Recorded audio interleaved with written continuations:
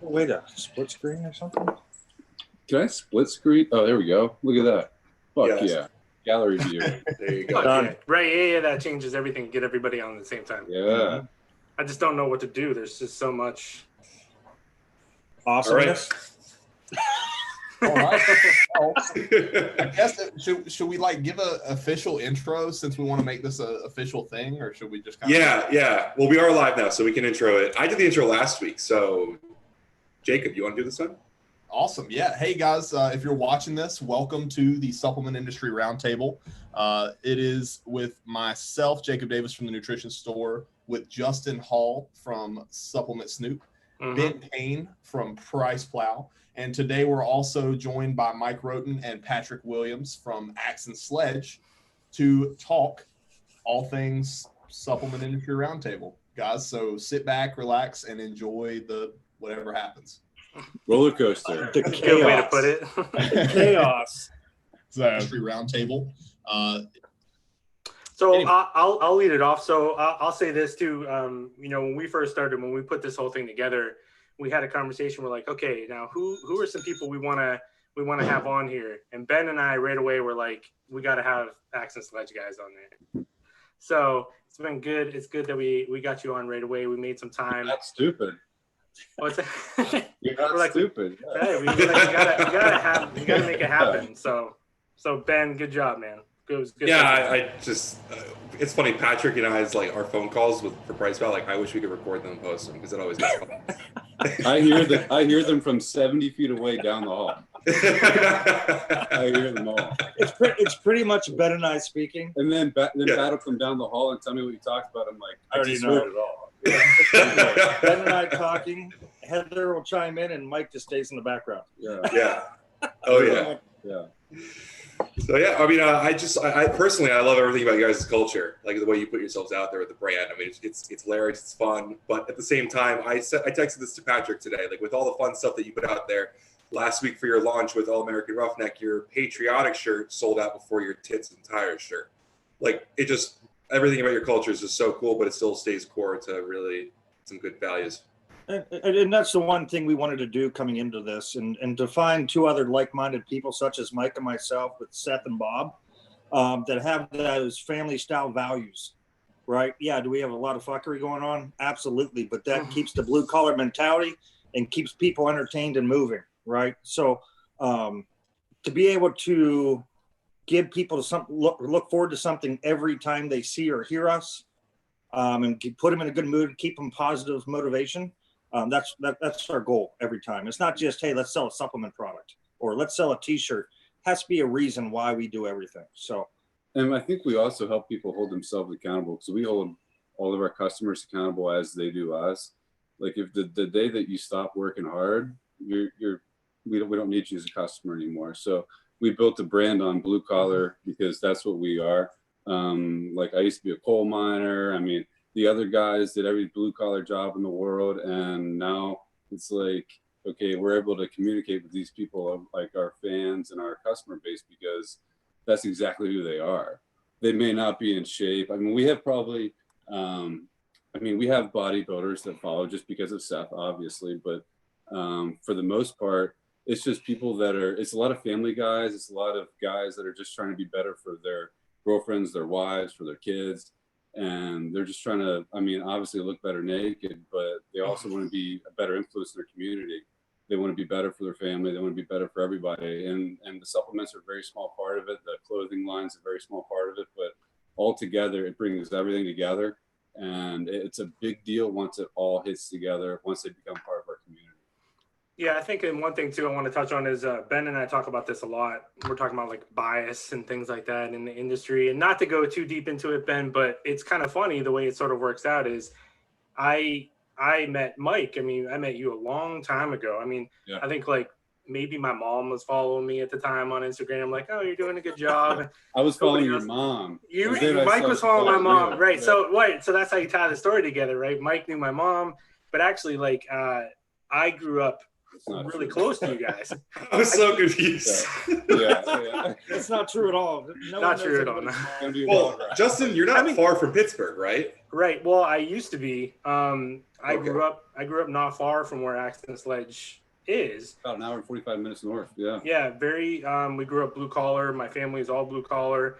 I worked at GE like an hour and a half away from these guys, and come to find out, come full circle with this whole thing, you know. And it's no wonder that, you know, we sort of vibe together and you just sort of gravitate towards the brand. And obviously the supplements are great. That's the first thing that sort of catches your attention. But then you just kind of talk to each other, and I talk about sort of speaking that same language, and that's something Ben and I talk about. When you hear Ben and I and Jacob, same thing. You hear a lot of people talking, but then you sort of like, oh yeah, I vibe with that. So like, so when it comes down to like bias and stuff like that, I think it's a good thing in this industry. You can see some cool things sort of happen together.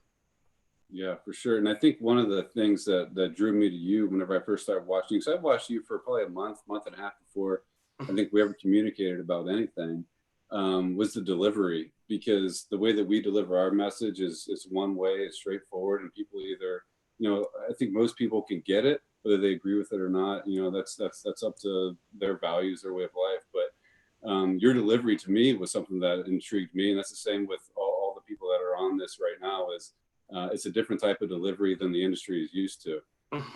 Whether it's super educational, whether it's you know, motivational, whether it's informative, whatever it might be.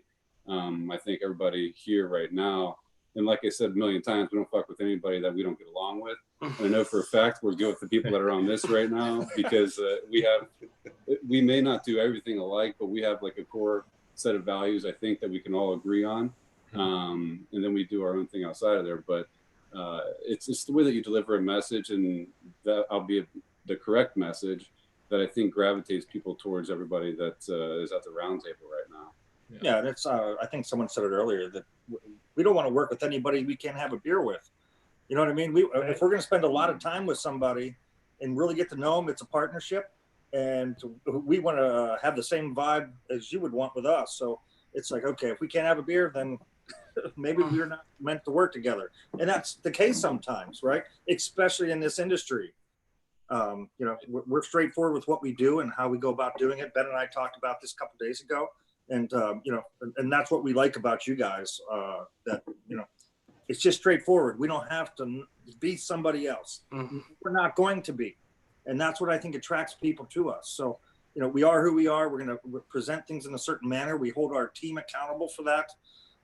And then we also hold everyone around us accountable, especially ourselves. So when it comes to that, that's why it's so important for us and the brand. And I think that's why the brand has flourished, because we haven't deviated from who we are. Yeah, I think like something about all of us here, and even you guys included, each brand tailors to their audience very well. You know, a lot of people, a lot of companies think they want to try to please everybody. They want to play politician, and right. You know, if you go into it automatically assuming that you're going to try to win everybody's favor, well, you're kind of, you know, you're basically making the people that like you just bleh, and the people that hate you are still going to hate you no matter what. So instead of that, double down on the people that love you. And I think that's something that we all do very well here, is screw the people that are not going to like you anyway. Don't try to please them. You know, do what you're here for. Do your culture. So I agree. I think you can find authenticity in people very quickly.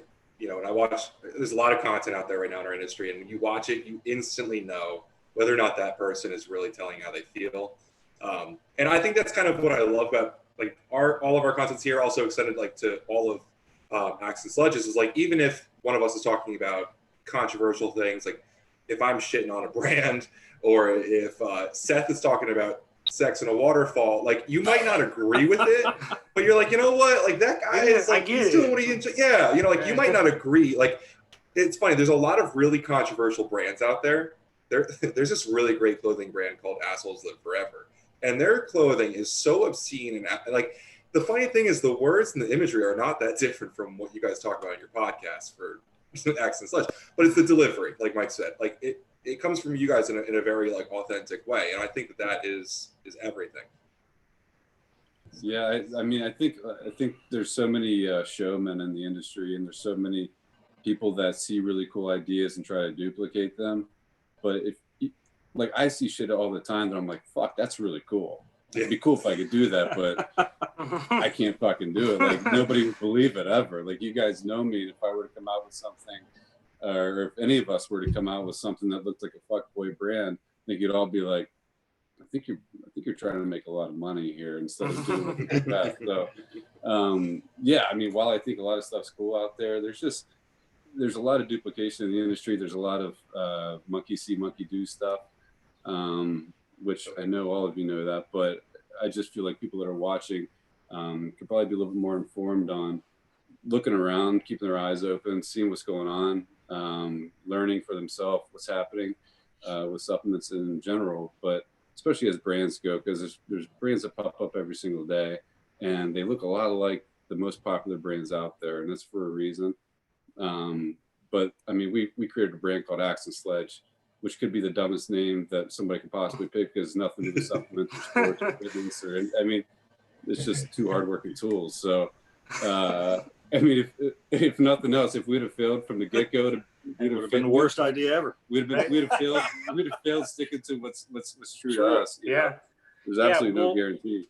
And one thing too, like if I could tie in a couple subjects. So one cool thing that we didn't plan on this, but I think so tonight is the release of the whiskey cola flavor of hydraulic. Cola hydraulic, 44 minutes. So the funny thing was I was on a podcast with someone from Glaxon one day, and we were talking about the industry, and he's like, they're doing some cool stuff, and he's like, man, did you see that whiskey and cola EAA stuff? He's like, fuck, that's cool. And he's like, I look at stuff like that and I go, I'd love to be able, he's like, I can't do that. He's like, that's them. That's all them. He's like, that's perfect for them. He's like, I just love that so much. He's like, so exactly like what you were just saying. It's like everyone, and they've got their little niche that people look at them and go, oh, that's for cool. Sure. Yeah. And he's they're like, just man, cool too. Yeah. He's like, fuck. He's like, I mean, man, that's so cool what they did. I mean, Sam has a good vibe over there and what they're doing. I know he's part of that, and it's good to see. You need to have variety in the marketplace. There's so many different types of people out there. You have billions of people to deal with. There's enough for everybody, but it's got to be the true image of who you are as a person in a company, and you got to stay to that. Just like they said, they're like, hey, that's not us. We can't pull that off. Where we can pull whiskey cola all day, because that's what we do. But people have seen us drink Jack and Diets for literally 4+ years. Yeah, forever. No matter where we go, at lunch, whatever it is, we drink Jack and Diets. So it's pretty easy for us. But I see that. I mean, I see that a lot, even like with like Justin and I. Some people might consider Justin my competitor, which is a really unfortunate classification. I've been friends with Justin since I was behind brand, so it never bothered me. But it's funny. I was on a call with Nutrition 21 the other day. And we were talking about content creators in the industry, and I mentioned Justin, and they were like, "Should we work with him? Like, should we talk to him?" And like in my head, I saw like all the other people that do things similar to me being like, "Fuck that guy, he sucks." I was like, "No, you totally should." I think it's totally cool that he has an app and he doesn't do sponsored content. Like, I wish I could do that, but I can't do that, and that's cool for him. And I think that's really powerful. And it's funny because ironically, the only brands that I really enjoy spending my time with are people who can do that with other brands. If you can appreciate other people's hard work, like you're pretty much going to be cool with me. Yeah, and that's the interesting thing from the retail's perspective too, as far as like with us and how we review products and make the content to promote those products. Like, the only incentive that I have to promote said products is so that people will come in and have interest in it in my store, right? So it's a mutual benefit to myself and the company, right? Should they utilize it and promote it, that content. So it's definitely me appreciating other companies when I do those kind of videos and stuff like that. So try to stay out of that realm of bias or lack of being paid for that stuff. So well, I think I think it always unfortunately comes down to but you want me to buy that, whether it's the Sledge guys talking about why their pre-workout's the best, or even when I'm talking about hydraulic and I say go use coupon code PriceFlow, like you get a commission, and everyone's always gonna be like, well, it's because you get paid off of that. It's really unfortunate because we all got to put food on our table. It doesn't mean that we don't love what we do. We don't. Passion. Oh, no doubt. And I didn't mean to make it sound like it was like reviewing products is a cash grab. I mean, definitely like the value that you provide to the world is well worth any kind of possible, we all got to eat. So it's like, no matter what, like all this content. Somebody argue with me here. Okay. Like say somebody likes our product, somebody reviews our product. somebody then has a discount code for a product. Say we sell a ton of the product that way. Say I make money on it. Say said person who reviewed the product makes a ton of money on it too. Am I missing something? Ray, what's, Are we good? Yeah, I think everyone's happy. Are But we good? Yeah. Outside of Other say, brands, other say brands. say you throw no bias in that, I think we're good, right? Right. You got, As long as you put that out there. right? You just gotta, you gotta throw it out there. You throw a ton of bias in it, it's all fucked up. Right. It's that word, that one word, man. So one word. Yeah, okay. But as long as there's a mutually beneficial relationship, I mean, fucking have at it. Yeah. Yeah. Get some dingers. Well, But I mean, one thing I was gonna ask you guys too, like when it comes to the whiskey and cola thing, can you like talk about like how did that? Obviously, it's an idea that's kind of a natural thing for you, but can you walk us through like that sort of creative process, and then maybe how long did it take to really like get that flavor nailed down? Because it's pretty fucking good. It really Took fucking a good. minute. Yeah, It took quite a few months to get the flavor profile to where we wanted it to be. But the idea itself was, obviously we drink Jack and Diets all the time. We like that type of thing. We're like, okay, blue collar brand. We're in Pittsburgh. People drink Jack Daniels all the time. True. Seth spouted out one day, man, it'd be cool to have a whiskey cola flavor. I think it was Seth, right? Yeah. And so started working on it. And then one day I brought some whiskey cola samples in. They're like, what the hell is this? I'm like, well, it's whiskey cola grind. Like, you actually fucking made a whiskey cola grind. I'm like, yeah, we did. But So- it took a couple multiple flavor houses too. Yes. There was we had because our manufacturer first went with sort of who's generally uses most of the time, and then we went to a specialty flavor house for the second round. With the first one, we were like, okay, the second round of the first testing was really, really good. But he's like, hold on a second, wait till I get this specialty. I don't want to divulge too much information, but we got it in, and we were like, Jesus Christ, we didn't know we could actually improve on it that much. Yeah, so it's an exclusive flavor combination with one of the West Coast flavor houses that we can use just because of relationships. Again, it goes about having relationships with everybody, right? Mhm. I've been doing this almost 20 years, and the relationships is what's always been consistent. So being able to do that and have them come out with that flavor combination was killer. So, and we do that with just about all of our flavors. Was grind the first choice for it in terms Grind of was like the which first round? choice. So Yeah. I love the idea of hydraulic because like I want to finish my drink and get in the gym. And I don't know for some reason when you guys came out with hydraulic, I was like, this makes so much sense. Mhm. I had some cognitive dissonance with sipping whiskey and cola during my workout. Like Just it a was, mindset. yeah. Just a mindset, man. I'm normally much more I was chill fine and with like it. calm Yeah. when I'm drinking Ben. whiskey cola. Ben, stop being a pussy. Maybe. Tell me something, guys. Was it harder to figure out, like nail down the flavor science on hydraulic versus the grind, given that there's the glycerol in there makes it iffy or You would think so. yeah, You would think so. right? I mean, it makes complete sense. Yeah, hydraulic, it is just because complexity of the formulation. Mhm. But again, with the EAAs and BCAAs, they're always the number one problem to flavor. So Really? we figured if we could do that in the grind, then we can do it with anything. Wow. Right. Yeah. So Interesting. we got the grind knocked out. Once the grind got knocked out, Yeah. the hydraulic was fairly simple, and then there'll be the seventh gear coming out as well eventually. Okay. How much of grind is fermented?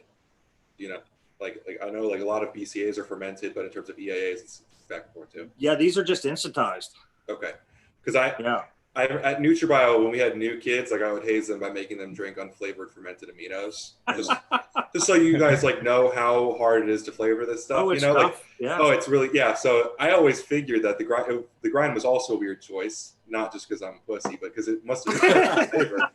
Because you know what that stuff tastes like, and it's If you say so, not Ben. pleasant. If you say so. I love calling big men pussies.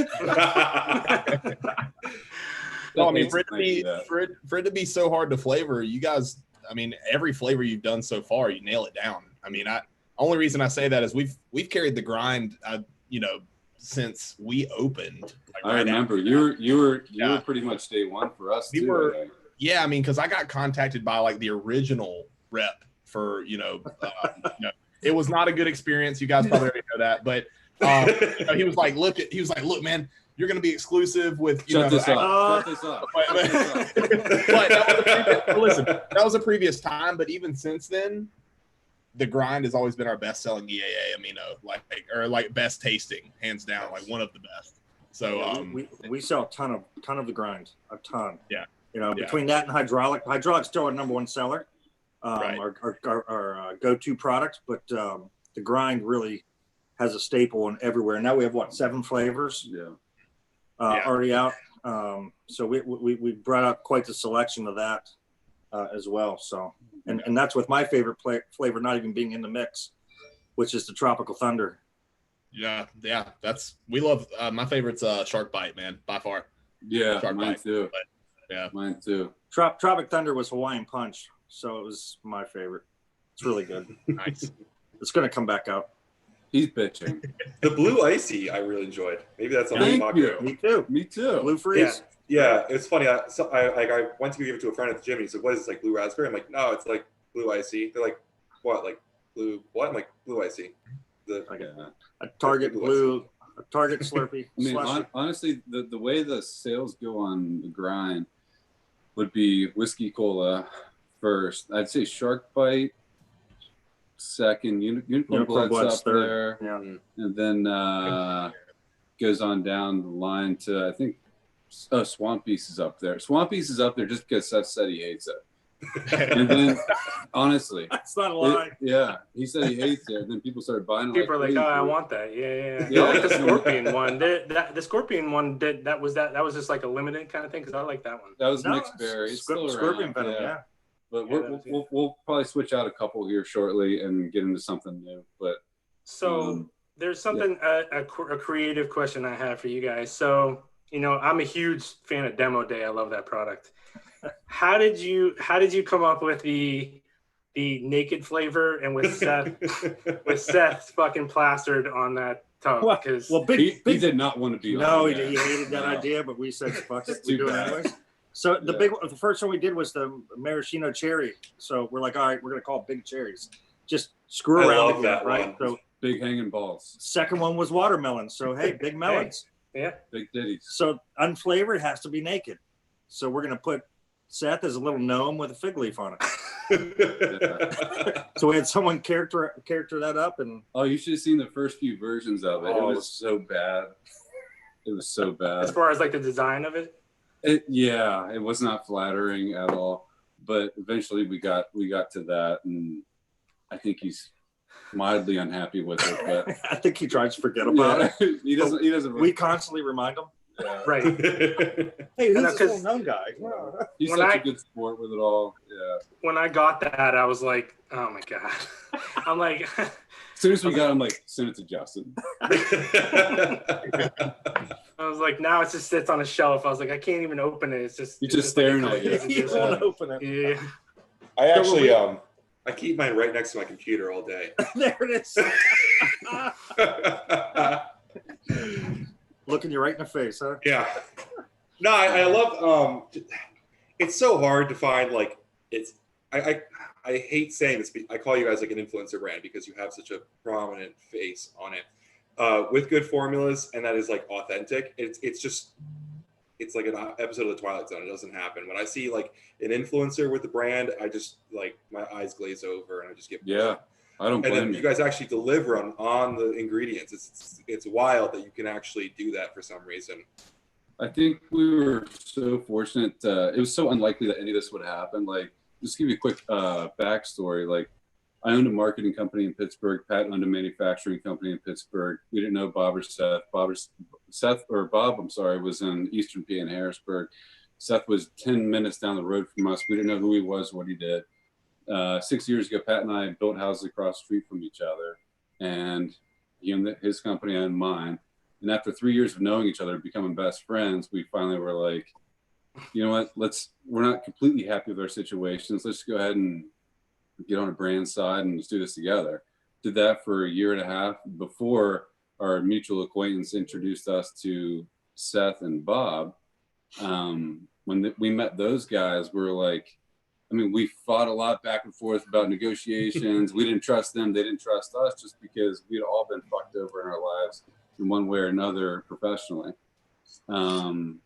Then for us to actually get into business together was a shocker. Then from there, for us to get Bob to move out here and everything else, to get to the point where we are, I mean, it's all completely, it's very, very unlikely that any of this would have ever happened from any stage. And where Seth met Bob because Bob worked at Isolator Fitness, the bag company in Eastern PA. Seth was sponsored by them fucking almost a decade ago, it seems like at this point. It's a long time, yeah. And when Seth left there, he just kept in contact with Bob. Then they started AAR together.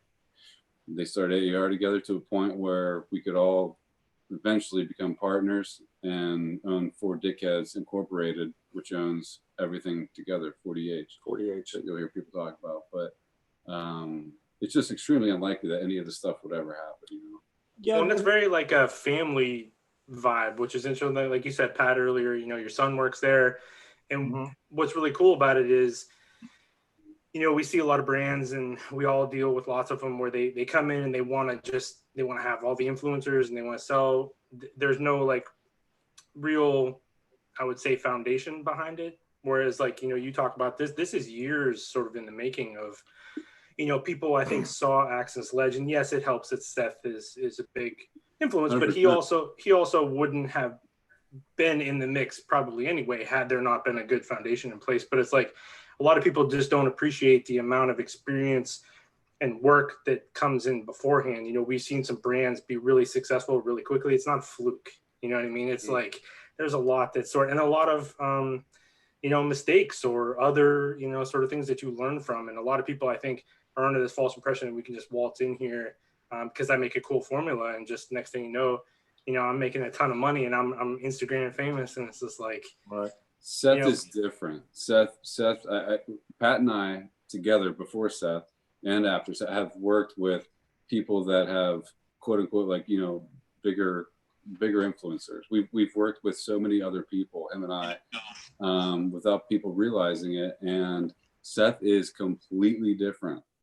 He knows what he wants. He knows formulas. He knows products. He knows where he wants to go with his business. And he knew whenever he sat down with us for the first time exactly what he wanted out of it. And there was nothing that he was going to do any other way other than his way.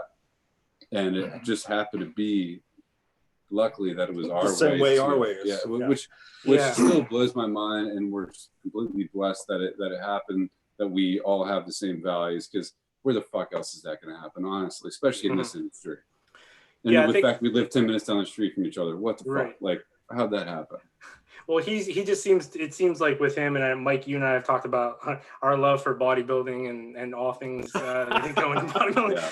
But he just seems like he's a member of your team that happens to be a bodybuilder, rather than I'm a bodybuilder and I'm going to make you part of my team, just fit you in there. Like it's just like the opposite way around. Like he just is a member of your team because he fits in with you guys, and that's what he has. He has this one fucked up flaw that we don't want to talk about, that he's a bodybuilder on the side. Yeah.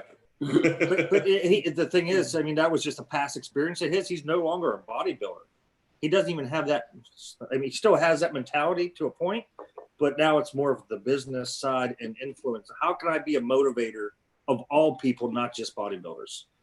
I think he realized he can influence so many more lives. Oh yeah. But I know for a fact that he can influence a lot more people to live better lives based on what he's doing now, rather than getting back onto the stage. I mean, he could have done. I mean, he thought about it 2 years ago, whenever we were in the first fall of our Axe and Sledge. I mean, he was getting ready to get back out there and just kick the world's ass, but he took a step back and said, no, this is affecting home life. This is affecting everybody in a negative way, where I can affect hundreds of thousands, if not millions of people, just doing what he does best. And that's just spreading his message. Yeah. And we do a good job of just staying in our lanes, all of us. You know, we all work together, but I'm not going to cross a path. I'm not going to try to design anything. I'm not going to try to do computer work. That's not my lane. Not going to do it. I'll do all the back end portions of things that I know how to do in formulations. That's my specialty. So it's like, okay, we'll work together and do that. But as far as us each knowing where to go, on a daily basis is, I think, why we're successful. And we kind of slow played it. Just having the experience of owning other businesses. This isn't a fly-by-night company. We didn't want it to be a fly-by-night. Sometimes quick success can be doomed for failure. As soon as that happens, everyone's like, yes, I made it. No, boom. All of a sudden you get slapped in the face with on mess up. By the first fucking Lambo in COVID-19. Right. Yeah. It happens to a lot of people. Yeah. It's a common mistake, and that's a learning thing. But having the experience we've all had being part of different businesses, you learn other people's mistakes. You keep those in the back of your mind and you keep pushing forward. So, I think that's another reason, we kind of slow played it. We're very successful, but you're going to see us in a lot more places in the next 8-12 months with things that we have lined up. So, that's the fun part of it. It's not about getting rich. It's about, making a staple, making a standpoint, a footprint somewhere. You tell me you could deal with fucking GNC tomorrow? Come on. like that's not our gig. It possibly one day, I don't know if the shoe fits, wear it, but we're not here to give everybody what they want. It has to be what we want and they want, you know what I mean? So it just has to work for everybody. And we're so loyal to our fucking wholesale retail outlets that it just our morals and our values outweigh any sort of freedom that we could get from just shoving like everything aside and being like, all right, go ahead, run with this. You guys got this, make fucking $250 million. I don't think that'll ever work for us because we love what we do so much, and we're just passionate about the people that we work with. So I think your brand is way more relevant to small business owners anyway. Putting it in stores like Jacob's just makes so much more sense than throwing it on a wall in GNC. I've done GNC and Vitamin Shop, and it's really hard to establish a connection with the workers of the store at those stores. Whereas like you can call Jacob right up and you can talk to him and his salesman. So just from like an outsider perspective. Yeah. And, there's a connection there too. I mean, based on your company's values and my company's values, I'm able to, from a sales perspective, I'm able to, can you guys hear me? Yes. Yeah. From that perspective, like I'm able to promote a brand more so that I align with morally right now. You put that in GNC, which I'm not hating on, GNC, whatever, they do their thing, but are they going to be able to promote a brand that they can't really relate with because they don't really know they're making $10 an hour and pushing whatever they're told to push? I don't think so. But so I think that's why brands like yours definitely has a place in brick and mortar. So. Well, and that retail and brand relationship is so huge. And like Jacob, like we'll get people that we consult for small brands, and they're like, oh, I'm trying to get into retail. You guys know retailers, right? And we're like, well, yeah. Oh, can you hook me up with Jacob? And we're like, well, no, because what are you gonna do? Like, we have to get you retail ready, right? Like, what are you gonna do for Jacob? It's not about like, oh, we know Jacob, so here you go, Jacob. Now you have to carry this brand because this is our friends. It's like that doesn't help anybody. But I think that's what a lot of people. That's what a lot of people think. Go ahead. I like the retail ready phrase. Yeah, because that carries a lot more weight than people would realize when they create these brands. To be retail ready, it takes a lot. Yeah, it's not just having a product that you can just throw at them. No, you need to serve these guys. They need every single bit of support that they can get because they're buying products that are not cheap, that are not easy to sell, no matter what fucking label's on that brand, no matter what the brand is. It is not easy to sell anything in those stores. I know for a fact. So to be able to support them, give them the information, whatever they need, whatever deal they need at that time, you have to be ready to do it. And you have to be ready to do it on a massive scale too. Yeah, then go ahead, Jacob. I was going to say, I was going to see what I was going to butt in and say, as far as the deals thing go, or the penny pinchers, I know there's a lot of retailers that's a huge deal. Not so much for us. Like, you guys make banging formulas, we're going to bring you in. I don't really care the price point. But I can't say the same for others. But what were you saying, Justin? No, it's just especially important, like for guys like you, like Jacob. We know how much is on your plate. We know you're trying to grow a business, so it goes back to this whole, we're talking about bias towards each other, like unbiased and biased. But it's like, you would rather work with these people that get it, that understand the struggle that you're having on a day-to-day basis. And it's like, well, because we talk about brands, a lot of people will go to a retailer and say, hey, I've got this product. It's got, 38 fucking grams of citrulline in it, man. Like, but that's not what the retailer's issue is. That's something that you communicate to the consumer, right?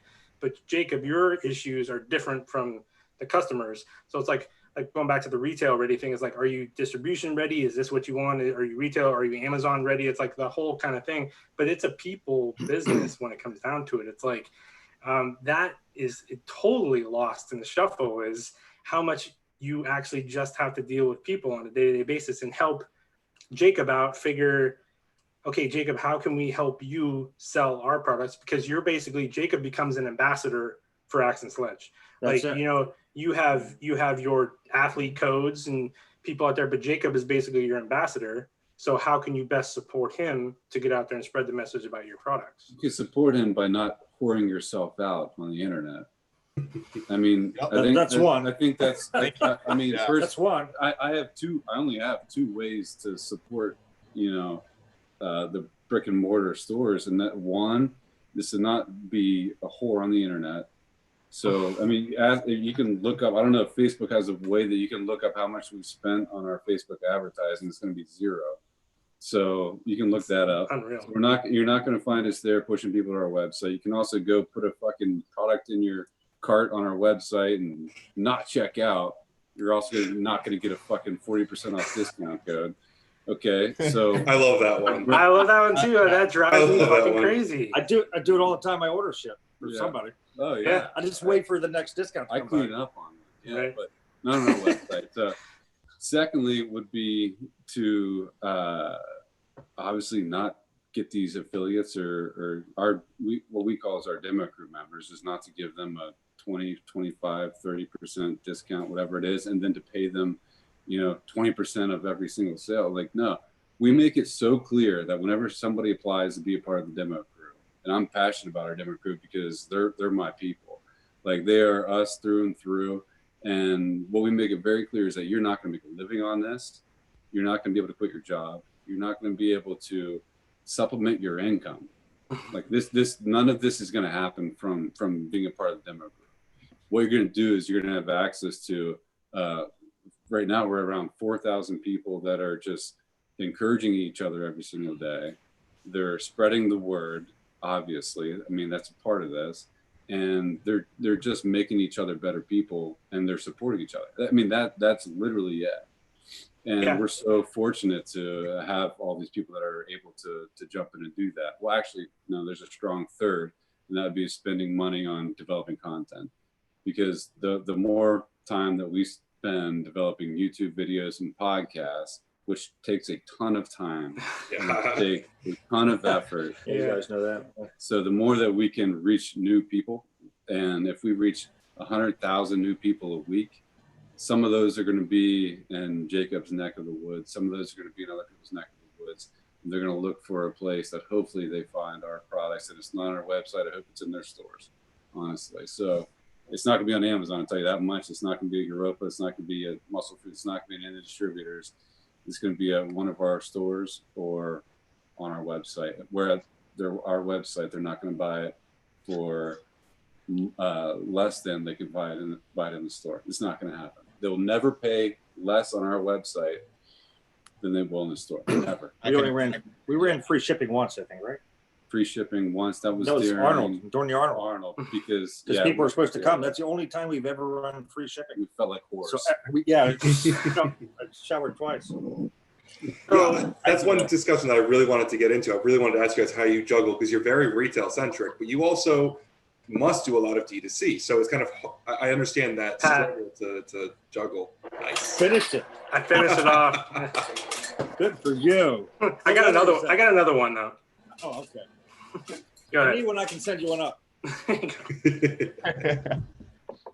No, I can appreciate the resistance to distribution. By the way, I just wanted to jump in and say that because That has been probably one of the largest headaches of retail for me in the past few months, is trying to keep a consistent flow of product from our distributors and keep consistent pricing, because everything's so fluctuating. I mean, just on that side of things, it's probably one of the largest headaches, whether you're, whichever distributor I'm dealing with.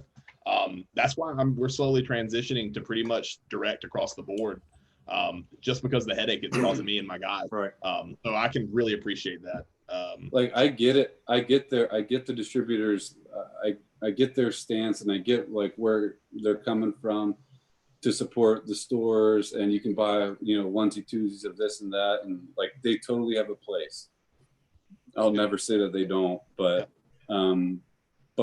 when we started this, it wasn't our first go around, and we just knew where we were going to impact stores. We knew where we were going to impact direct to consumer. We knew exactly what we wanted to do, and we're just like, we just can't go that route, because in the long run, I think it's going to pay off, not just for us, but for our stores and everybody. And I think it is now, for sure. I hope you feel like it is, but I think it's paying off.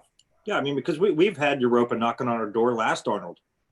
They're like, hey, we want to be with you. The vice president, Eric Hillman, they're all saying, hey, we want you to come down to Carolina. We want to show you everything we got down here. We're like, hey, we're good. Yeah, we're okay. And they didn't like that.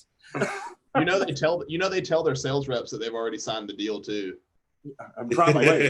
I'll get a call from my inside guy. I'm not going to name names, but they'll be like, dude, guess who we have on the phone right now? It's NutriBio or Action Sledge. And I kid you not, I've been told that they're like guaranteeing me that they're going to be carrying it next week. And I don't know who passes that down the line.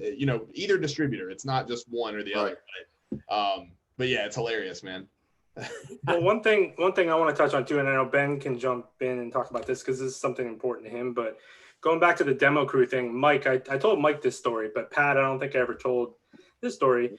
Everyone has a group now, right? Everyone has but it doesn't always fit, right? Or there's no like support there, right? Yeah. Right, everyone's a tier operator. But so Pat, the one day I was at the gym around here, which I'm in Delaware right now, and I see a guy and he's wearing a demo crew t-shirt. And so I walk up to him. I was like, hey, man. What'd you say to Ben? What's that? What did I say to Ben when you saw him? Right. So this guy, right, just random guy, I go up to him and I was like, I was like, hey, you're in the demo crew? And he's like, oh, yeah. And he just starts talking to me. He's like, I love Axe and Sledge. I love what they do. He's like, he's like, do you know of Axe and Sledge? I was like, a little bit. I was like, I know a little bit. And a little bit. Just got hammered with him in Vegas. I was like, just a little bit. But it was cool to see exactly, Mike, like what you're talking about, because like, speaking of tier operators, like, everybody knows I don't give a fuck about that company. I have no respect for them. Like, we go into the bulletin board in our gym and there's like tier operator cards posted on all the bulletins. But these guys that I see out there, they've got Axe and Sledge shakers. They've got, they're taking pre-workouts from other companies. But this dude that I was talking to with the demo crew shirt, like, he was so into like what you guys are doing, and for no other reason than it's just wanting to be a part of a team. They feel it wasn't like he's not trying to make money. He never told me what his fucking code was. Like, I never heard anything about that. He just, so it was a cool thing to see in the suit. I told Mike about that, but I figured I'd pass that along to you because it's pretty cool. It's different. And that's the fun part for us, being able to provide that atmosphere and that community for people, just to say, hey, I'm just excited to be part of something. This is bigger than them. They feel a part of it every day. They live, and a lot of these people live it every day. If they're out on the job, they're in the trenches somewhere. They're listening to the podcast, loving it to death, sharing it with all their friends, saying they're not trying to sell products. They're like, you just got to listen to these guys for motivation, and realize that they all started somewhere and got to this point by grinding a bunch, and it's not a bunch of successes. There's a bunch of failures along the way that got you to this success. So if those younger people understand that, maybe they'll start grinding today, not looking for that quick buck, quick success at 23, 24 years old. Yeah, I'd love for you guys to like hop in, like just sneak on into like the Axe and Sledge Facebook page, sneak into the demo crew page, and I'll have you guys there. You do what you want. You can stay there because you should see the type of content that happens there. It's like dudes throwing pictures from their forklift. It's like guys in the Nice. coal mine sneaking a selfie. It's people driving to work just like screaming or singing. And yeah, there might be products here and there, but it's just like people, like there'll be like 400 comments like fucking right, you know, kick today in the dick, whatever, you know. And Hey, it's just set my PR on that on bench. yeah, there's Three or too. 400 people just saying, oh yeah, fucking yeah, you know, all that stuff. But it's like 70% like fitness and supplements and all that, and there's 30%, maybe even 40% that are just people's like, hey, I bought this new truck. It's a 2014 with 150,000 miles on it, my dream truck, whatever. And people are just supporting the shit out of them. Like, it's the coolest thing in the world to us. I mean, it's cool. It's definitely, I can guarantee you, it's not like any other supplement company Facebook page or group out there.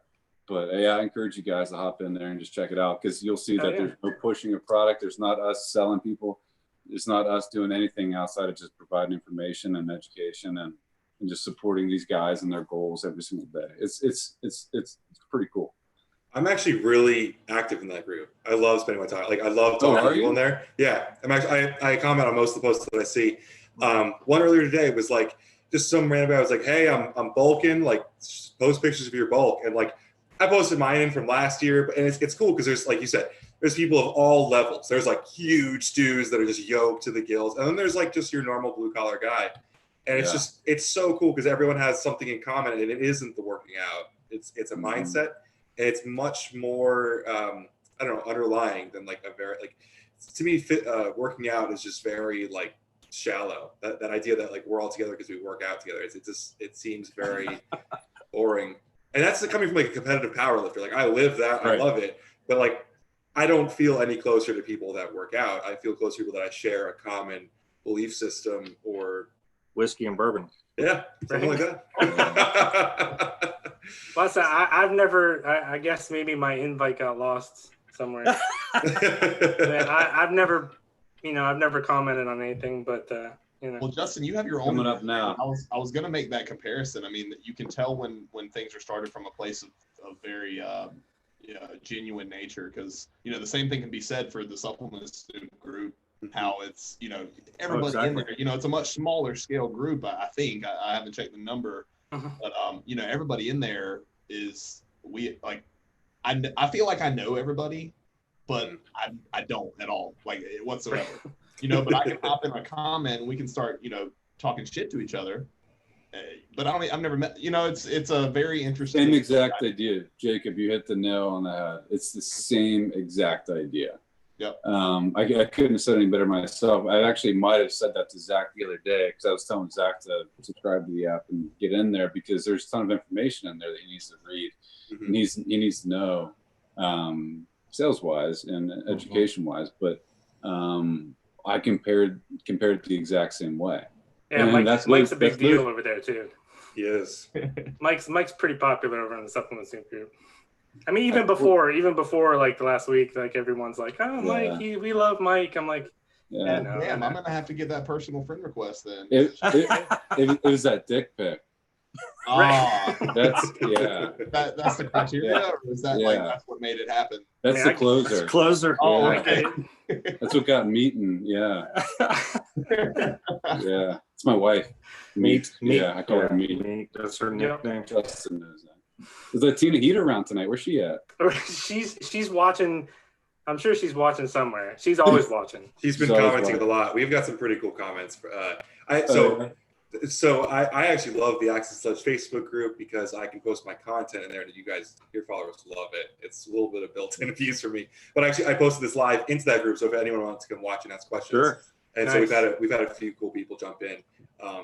So it's awesome to see how active they are. So. Nice.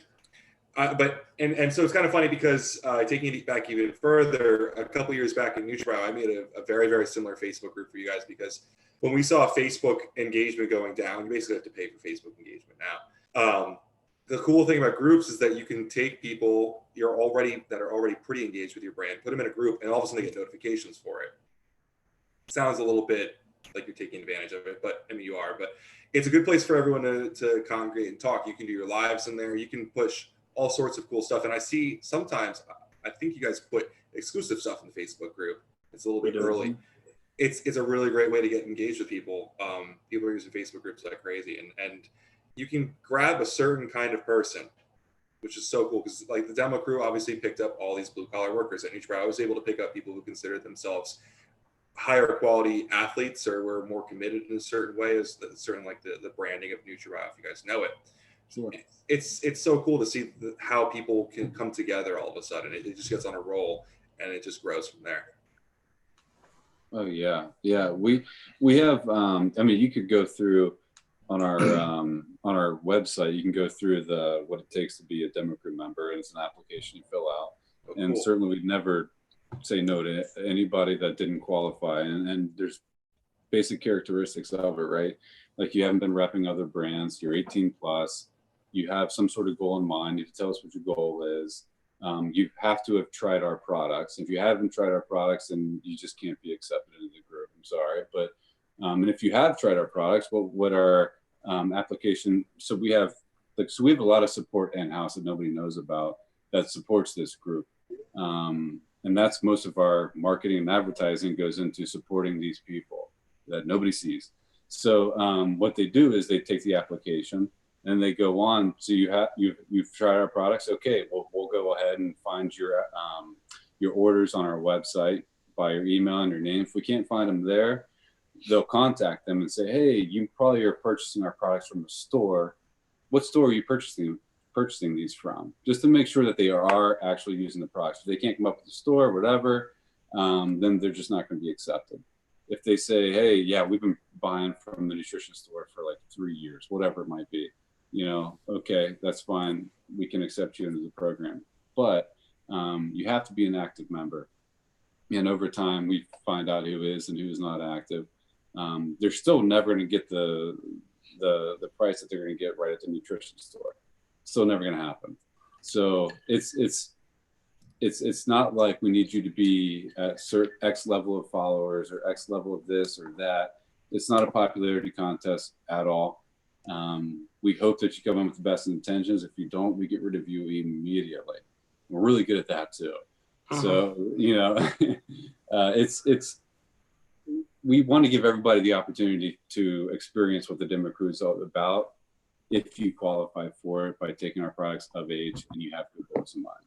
You know what I mean? So, and then over time we figure out who's in it to win it. And, but there's no like level you're going to get to above that where you make money.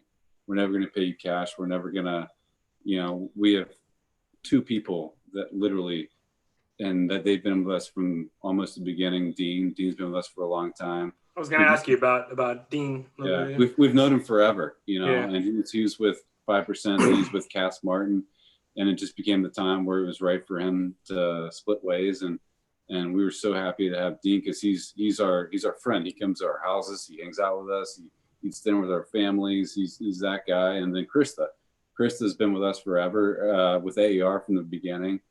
Had a relationship with Bobby and Seth, and so those are literally our only 2 people that have the opportunity to make money.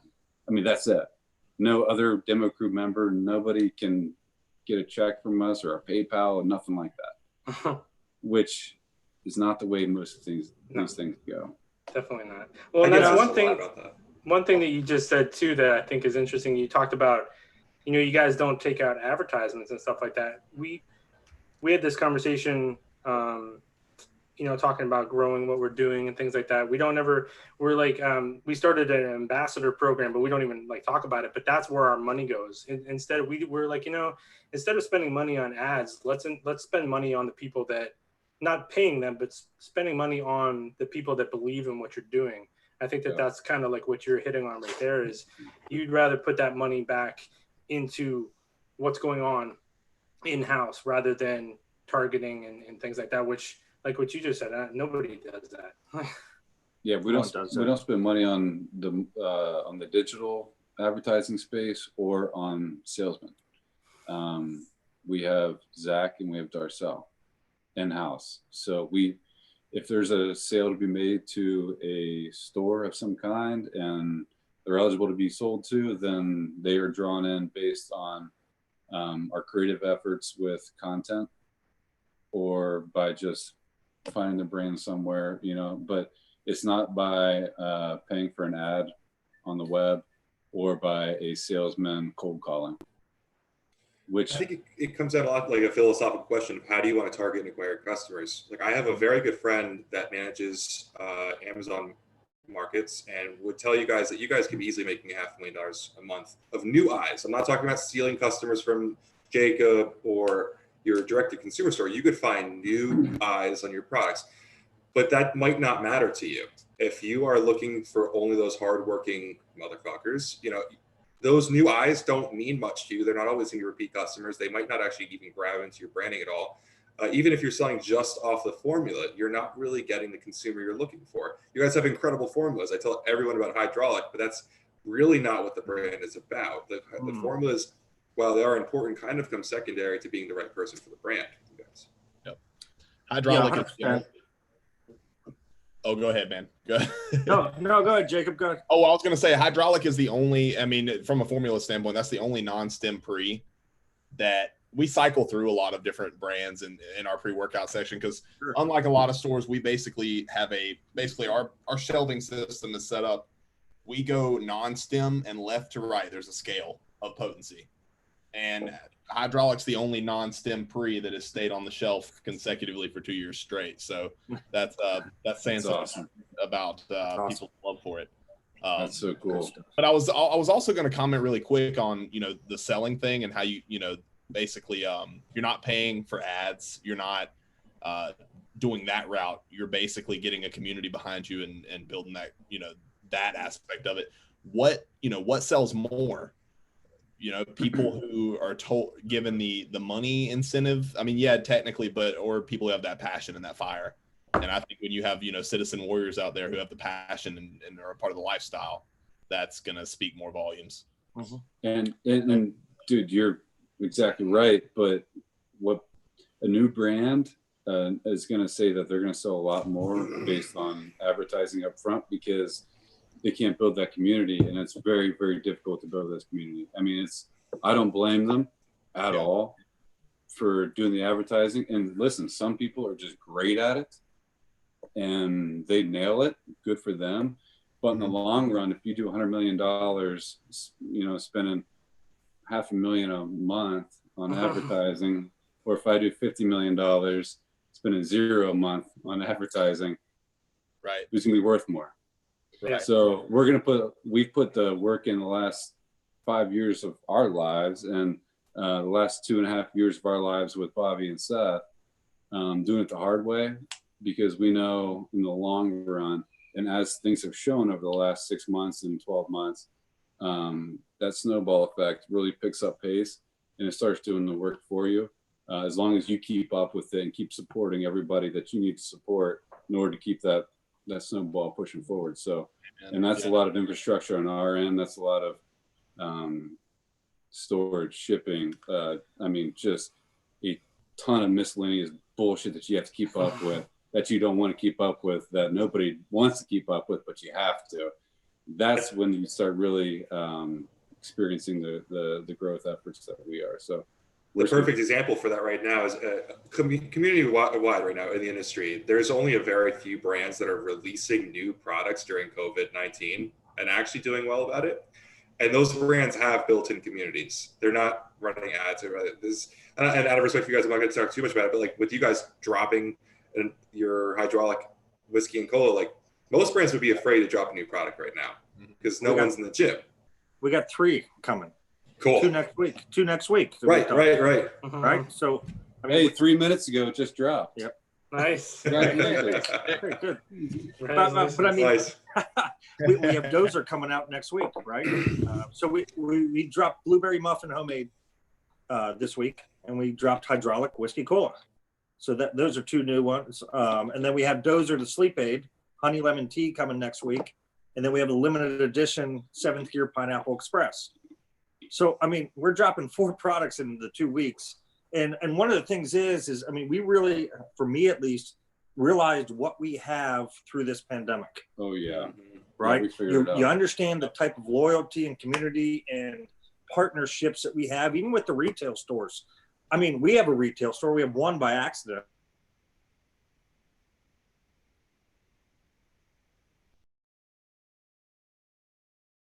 so we had to. It just happened to have a door and a window in the front, so we made a storefront. But it's closed. It's closed now. We could have a slight curbside, but it wouldn't be worth our time to do it right now.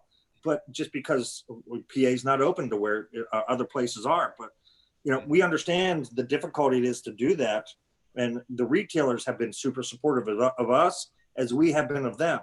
Understanding everything that they're going through because we're part of that as well. So. I think this is the one time we really realize what we have built in the last few years to keep the business stable and the longevity of it. Because, like I said, I've been doing this a long time. There's brands, hundreds and hundreds of brands that have come and gone in less than a year. Yeah. Right. There's two things. There's two things that you hit on there that are really important that I kind of want to talk about. Is the first thing. That point you just made is critical because, like you said, there's a lot of brands that are a house of cards. You kind of see it, and part of our goal, you can never see predict something like COVID coming, but the supplement industry is so volatile anyway. When it comes to sales and stuff like that, for a lot of people, it's like it's so dependent on cycles and this and that, and it's like people always trying to chase their tail, whereas you guys have sort of built in this system that is, I don't want to say it's like recession proof, but there's the loyalty is there. People aren't just buying your products because they're on sale or because, the discount and it kind of ties into something else. Because I was going to ask you guys, like, when exactly you launched, because we run into it where brands get so fired up about the launch of everything. The launch is fucking meaningless. Like everybody, they dump everything into that moment when they launched, and like that's literally the very beginning like of everything. And it's like something you were just talking about, Pat, was you guys get out there and now it's like here it comes, but you're laying that groundwork to get you through some of these crazier times. And I see a lot of companies, they get really excited because they're like, oh, now I've got this product and it's so cool to have this. It's like nobody cares. Like the launch is totally irrelevant. Right. Yeah, you get that influx of cash, and you can tell by the people.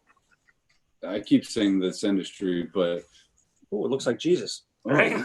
A cross between Jesus and Fergie. Oh, you know what? Latino Heat must have walked into the room. Look at that. Latino Heat's in the room. But I mean, honestly though, like you see the industry, you see people renting cars to take pictures with them, all this shit. So if you launch a new brand and you bring in, whatever, an influx of cash that first night, it's like, okay, let me buy a few things here. Let me not think about cash flow problems I'm going to have in a month whenever I have to restock on products that aren't selling anymore. You know what I mean? That launch doesn't mean shit. Oh, I mean, I come from a place of experience with that one on our personal product that we make.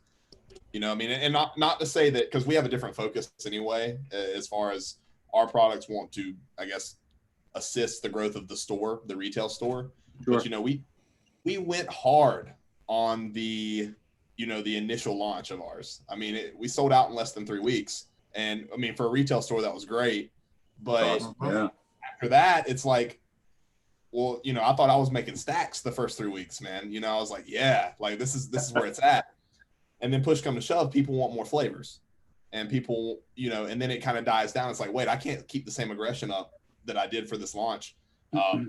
So, learning from experience, that's exactly right. I'm going to pace myself. So when we launched, it's difficult to do. Yeah. When we launched the brand, we did it intentionally without protein. Yeah. We used commodity products. We used commodity products. Our number one seller is a non-stem based product, not a super high stem 7th gear product that didn't come till later on down the road. Yeah, way later down the road.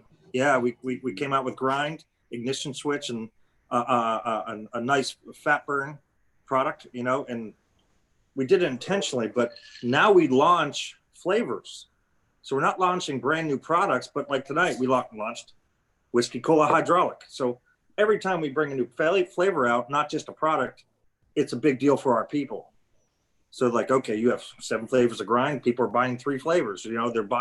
We've got them understanding that flavor is a big deal, because it is. I mean, there's a substantial cost to doing that, and especially to market behind it. So It's a different strategies that we've taken compared to a lot of other companies. Especially as a self-funded company. Right. Yeah.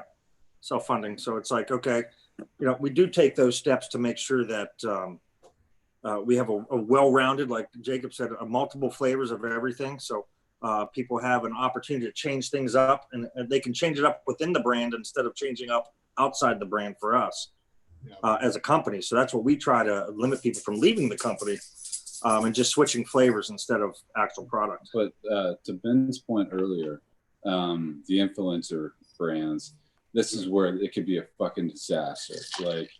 Like Justin said, the launch doesn't mean anything. Well, the launch especially doesn't mean anything whenever you have one guy that says they know what they're doing, and then you have one influencer that says they could do anything. They come together, they launch a brand on one night, and they make $100,000 or $50,000 or $1 million, whatever it is. Well, both of them are like, it's payday. Right. Let's go. Meanwhile, neither one of them are shipping the product. They might have a third-party logistics company. They have a manufacturer they don't even trust yet, but they think they do. Yeah. You have an influencer that just made money for other companies at this point. You have a guy that says he knows what he's doing that doesn't actually know what he's doing because now he's got stores coming down his neck that he can't even stock.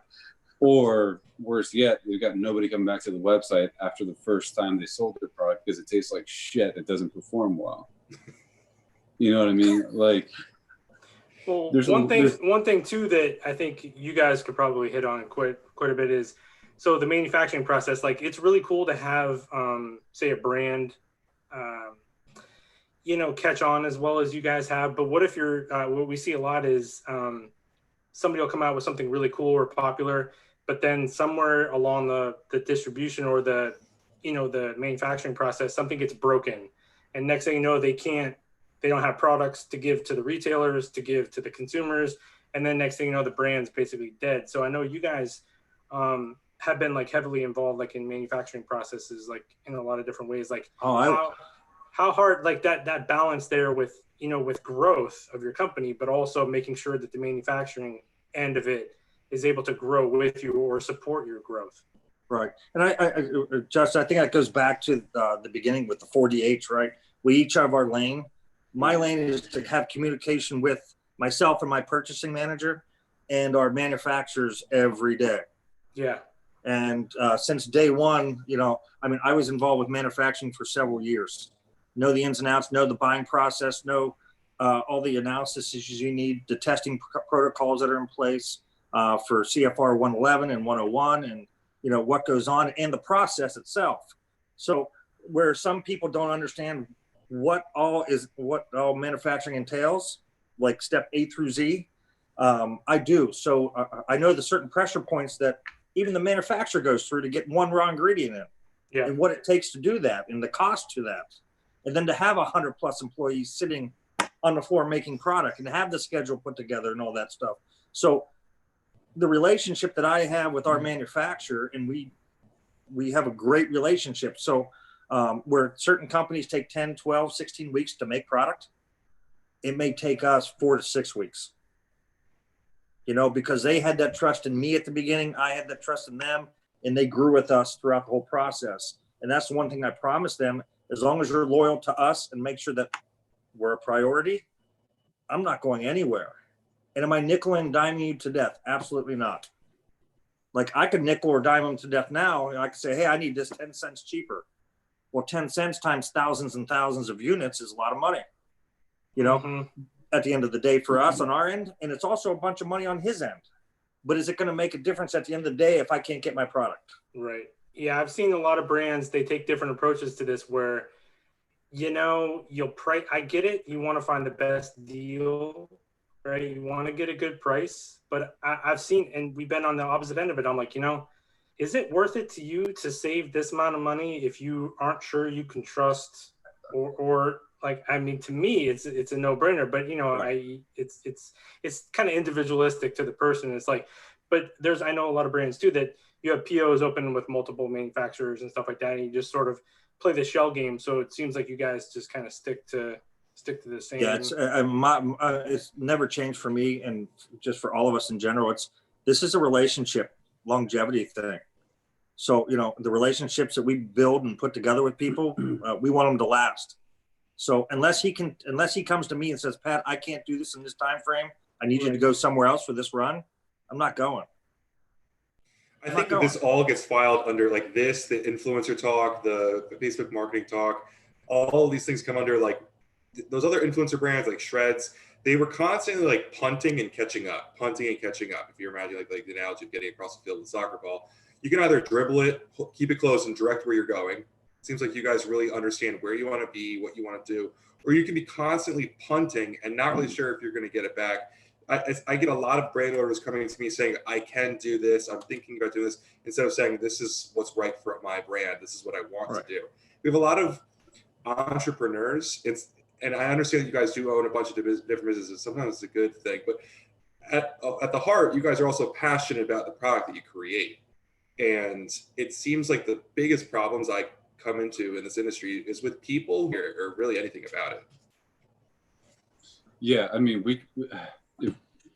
if we would have gone the route at the very beginning of hiring a bunch of salesmen, going to Europe, going to distributors, going the marketing route, going the route that I would say that we're now reaping. I think we're taking that money back now tenfold. I think it makes sense. I like the way that you guys roll with that. It's not feasible for everybody. But it's also not impossible. It's just a matter of doing it the really fucking difficult way. You have to be patient. Mm-hmm. You have to be patient. And Ben, you said something there, the entrepreneurs of the world. And I think there's a big difference between being self-employed and an entrepreneur. Right? Self-employed, you're doing it for the paycheck. Being an entrepreneur, you're building a brand, building a business, building, an empire of what you want in life. Mm-hmm. So there's a lot of people that are self-employed in the supplement industry. A lot. Yeah. Not a brand. We see that a lot. It's unfortunate. I mean, I had a guy come to me with a dog supplement the other day. Like, do you have a following for dogs? Do you where does this fit into your brand? Like, it was the first of its kind. It was a very cool product. It was very, very cool and different. Absolutely. But it's kind of like you guys selling off of your formula. That's not what people care about. People care about the culture, because there should be a reason for everything that you do. And unfortunately, a lot of times you're right. It is the paycheck. Yeah, it is. And I had someone come up to me the other day and said, "Hey, you should do a kids gummy." I'm like, "Well, we only accept people 18 and plus. That's our core brand. Yeah. I'm not going to come out with a kids gummy just because we have, just because we can. You don't do something just because you can." And Ben, you and I talk about this. We're not just going to sling stuff just because people want it. We're going to give them the best option and the best quality product. Right. And that's where you guys always kind of bust. Like, it's funny. I saw the formula for Dozer earlier today. You sent to Heather, and it's funny because you told me like this is an international product, so we couldn't use melatonin.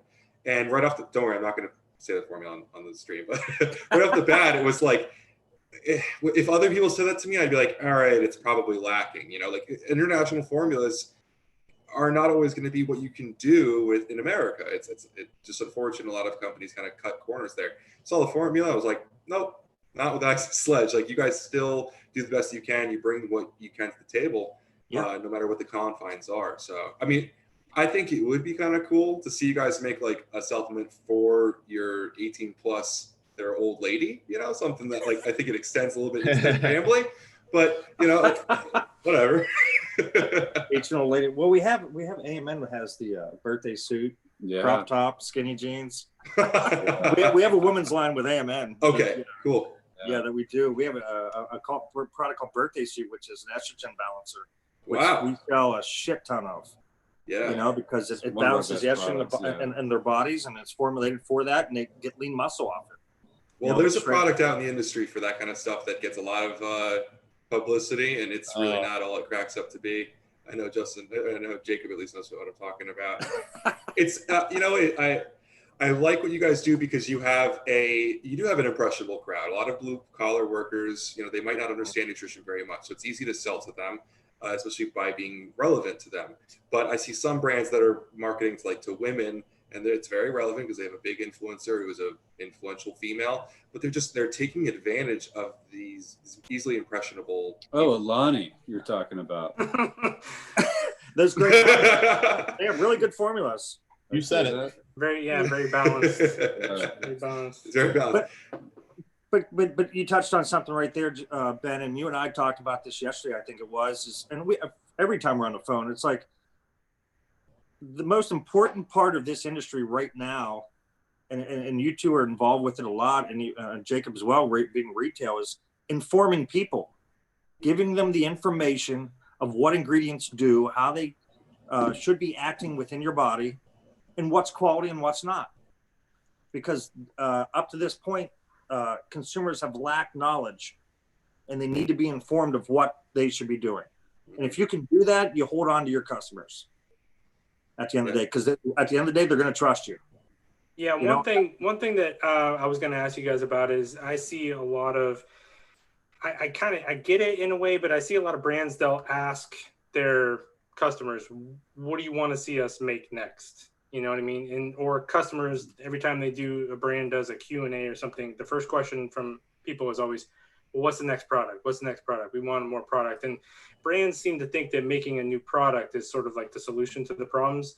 I was going to see like how much, I'm guessing, I think I already know the answer, but like when it comes to making a new product, I'm guessing you don't like really ask, the customers what they want. It's what can you guys pull off? And then I was going to kind of ask you, Pat, since you kind of do the formulas, right? Or that's your background. Yes. How do you come up with a formula? Because it's got to fit the puzzle of your entire company. I think a lot of people are like, oh, I can make a cool formula. Nobody cares, right? It's whether it fits in with what you're sort of doing at the moment. Yeah, there has to be a need for it in our product line. Like there's a need for it. A sleep aid. When we came out with the GDA, there was a need for it. And a lot of our products, the way we build them, hydraulic can be taken with demo day, can be taken with ignition switch. Go ahead. But there's a lot of synergies within our product line that you could take together. We have another product coming out in June. It'll be very synergistic to be able to take with by itself. You'll be able to take it with the grinds. You'll be able to take it with ignition switch if you want, even with hydraulic. So we find those pieces that people can benefit from by taking it alone or with other products. So it's just the timing of things, how we come out with them.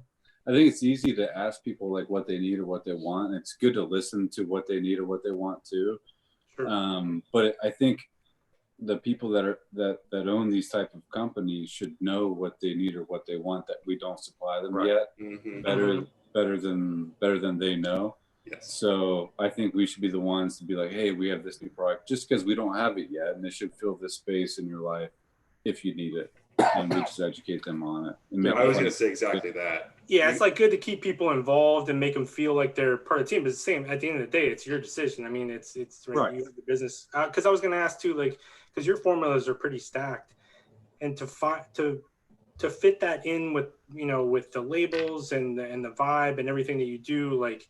You did a podcast with Robert, and you were talking about how you build out a formula, and I thought that was a really cool conversation. I didn't know if you wanted to touch on that, like how you pick your ingredients and the dosages and stuff like that. Oh, from the patent ingredient vendors. Oh yeah. Well, one of the things I like, and it's because we want to make sure our consumers are informed as possible and are able to do enough research that they need to do. We do use a ton of patent ingredients in every one of our products. Mm-hmm. And when we do that, people can go to Nutrition 21. They can go to Compound Solutions. They can go to all these other ingredient manufacturers that have hold patents and do the due diligence of their research and understand why they're going to what they're paying for, because these products aren't cheap. And it's not a necessity to buy sports nutrition products. Maybe the everyday vitamins, minerals, stuff like that. Yeah, some people need to, but not everybody needs a pre-workout powder. Not everybody needs a hydraulic. Why am I taking a hydraulic with 5 patent ingredients when I can buy this one maybe $5 less expensive for, that may not work the same. One, we build the formulas for the highest quality possible, so you get the biggest bang for your buck. We know it's going to work just because of all the test studies that are involved with it. But by doing this a long time, again, with all my relationships within the industry from purchasing ingredients, a lot of these guys will call me first. Mm. They're like, "Hey, Pat, I got a new ingredient coming out. It's almost patent pending. Do you want to try it out?" You know, and I'm not afraid to say it. I tried to make another pump product with Pico 2. It's Ben and I talked about it. It's never going to happen. Nope. It just does not taste good. Is it What effective? I have to also say, like with this whole conversation, one of the cool things about what you do, and kind of pulling from the last comment, like you not only figure out what the consumer needs based on what's out there, but you also look at like what's popular and decide how can Axe and Sledge do it better. I think the most, the most, and I'm going to say it here, the most perfect example for this is homemade. Oh, man. So that was like my first conversation with Pat was like, Shut it yo, down. I want to talk about homemade. How can I do this for you guys? Like, I want to, and I was like, I kind of want to throw shade at this other company, like a little bit, but I don't want to do it too obviously. And I just love how you guys are like, not only with that product, but also with Demo Day. There's tons of branch cycling products out there, but you guys came in and put in the GDA. You put the digestive enzymes in the protein. Like there's these little tweaks that you guys do. You're not copying other companies. You're making it better. No, we're being innovative, and Demo Day is a good example of that. You know, if you would have told me we would sell thousands of jugs of a carb powder, I've been telling you you're full of shit, right? It's like, okay, because a lot of carbs are either a high or a low glycemic carb, and that's it.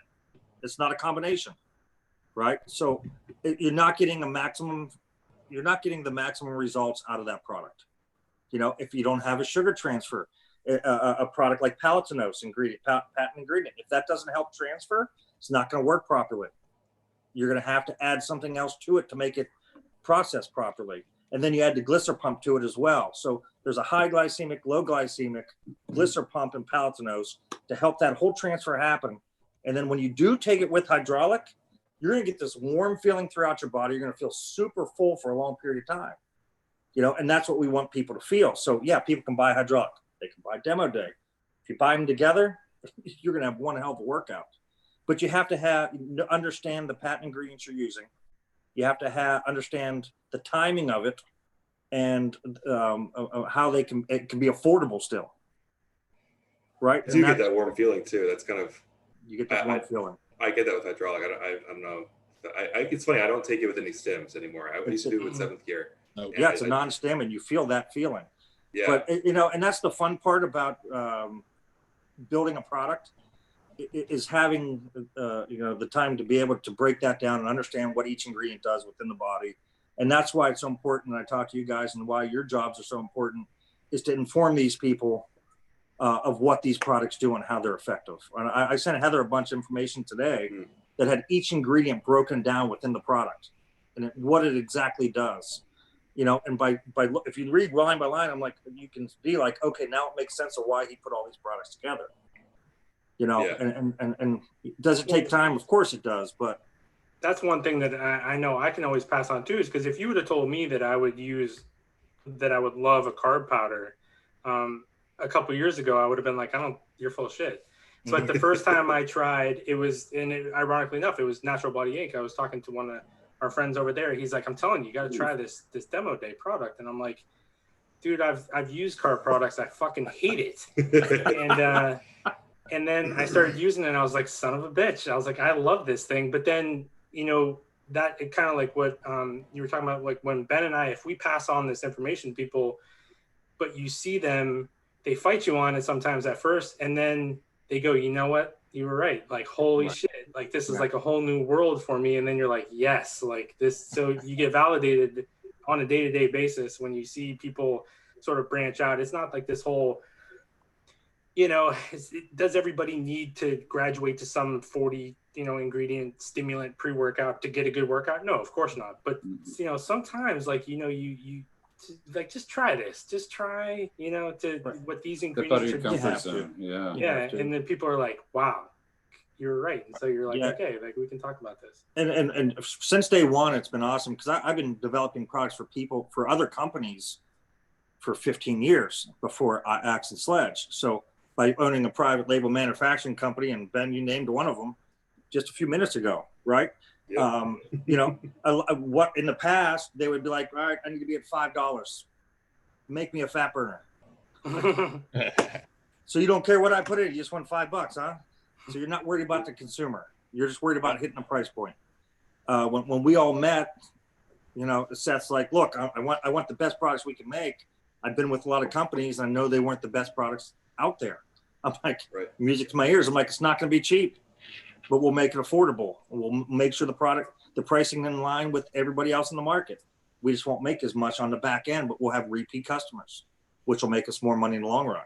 You also that's don't what we did. over engineer as well. Like, you have great products, but it's also like Justin said before, like, you don't need most people don't need a 40 ingredient pre-workout. Like, Yeah. are there 35 other ingredients you could add to hydraulic? Probably. Oh, absolutely. One of the I joke in the video about hydraulic is nitrosity is my favorite pump product out there, my favorite pump ingredient. You guys don't even use the full 1,500 milligrams. You use 750. It's still extremely effective. And it's funny because I was, like I said, I was on the phone with Nutrition 21 yesterday, and I was like, guys, most of the time I tell these companies they got to bump up their dosage, but the fact of the matter is I take 2 scoops of hydraulic and I get an incredible pump. Like, I'm normally a stickler for full doses and stuff like that, but sometimes people know what they're doing, you know.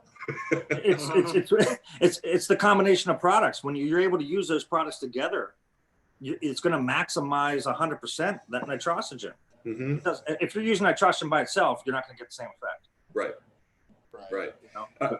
I think that's a lot where our education, like Justin and I, and especially Jacob, straight to the consumer as well, really helps out with.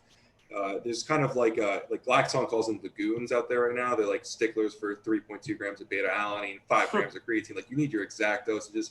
And sometimes Justin and I have had to deal with this a decent amount in the last year, having to explain, like, it doesn't always need to be the clinical study dose if the formulator knows what they're doing, which is kind of something we had been talking about this week, is the difference between like these fully loaded pre-workouts or sometimes a little bit more concentrated engineered formulas in the market, because we have a lot of people who think they know everything. Nope. It's Wild, every day.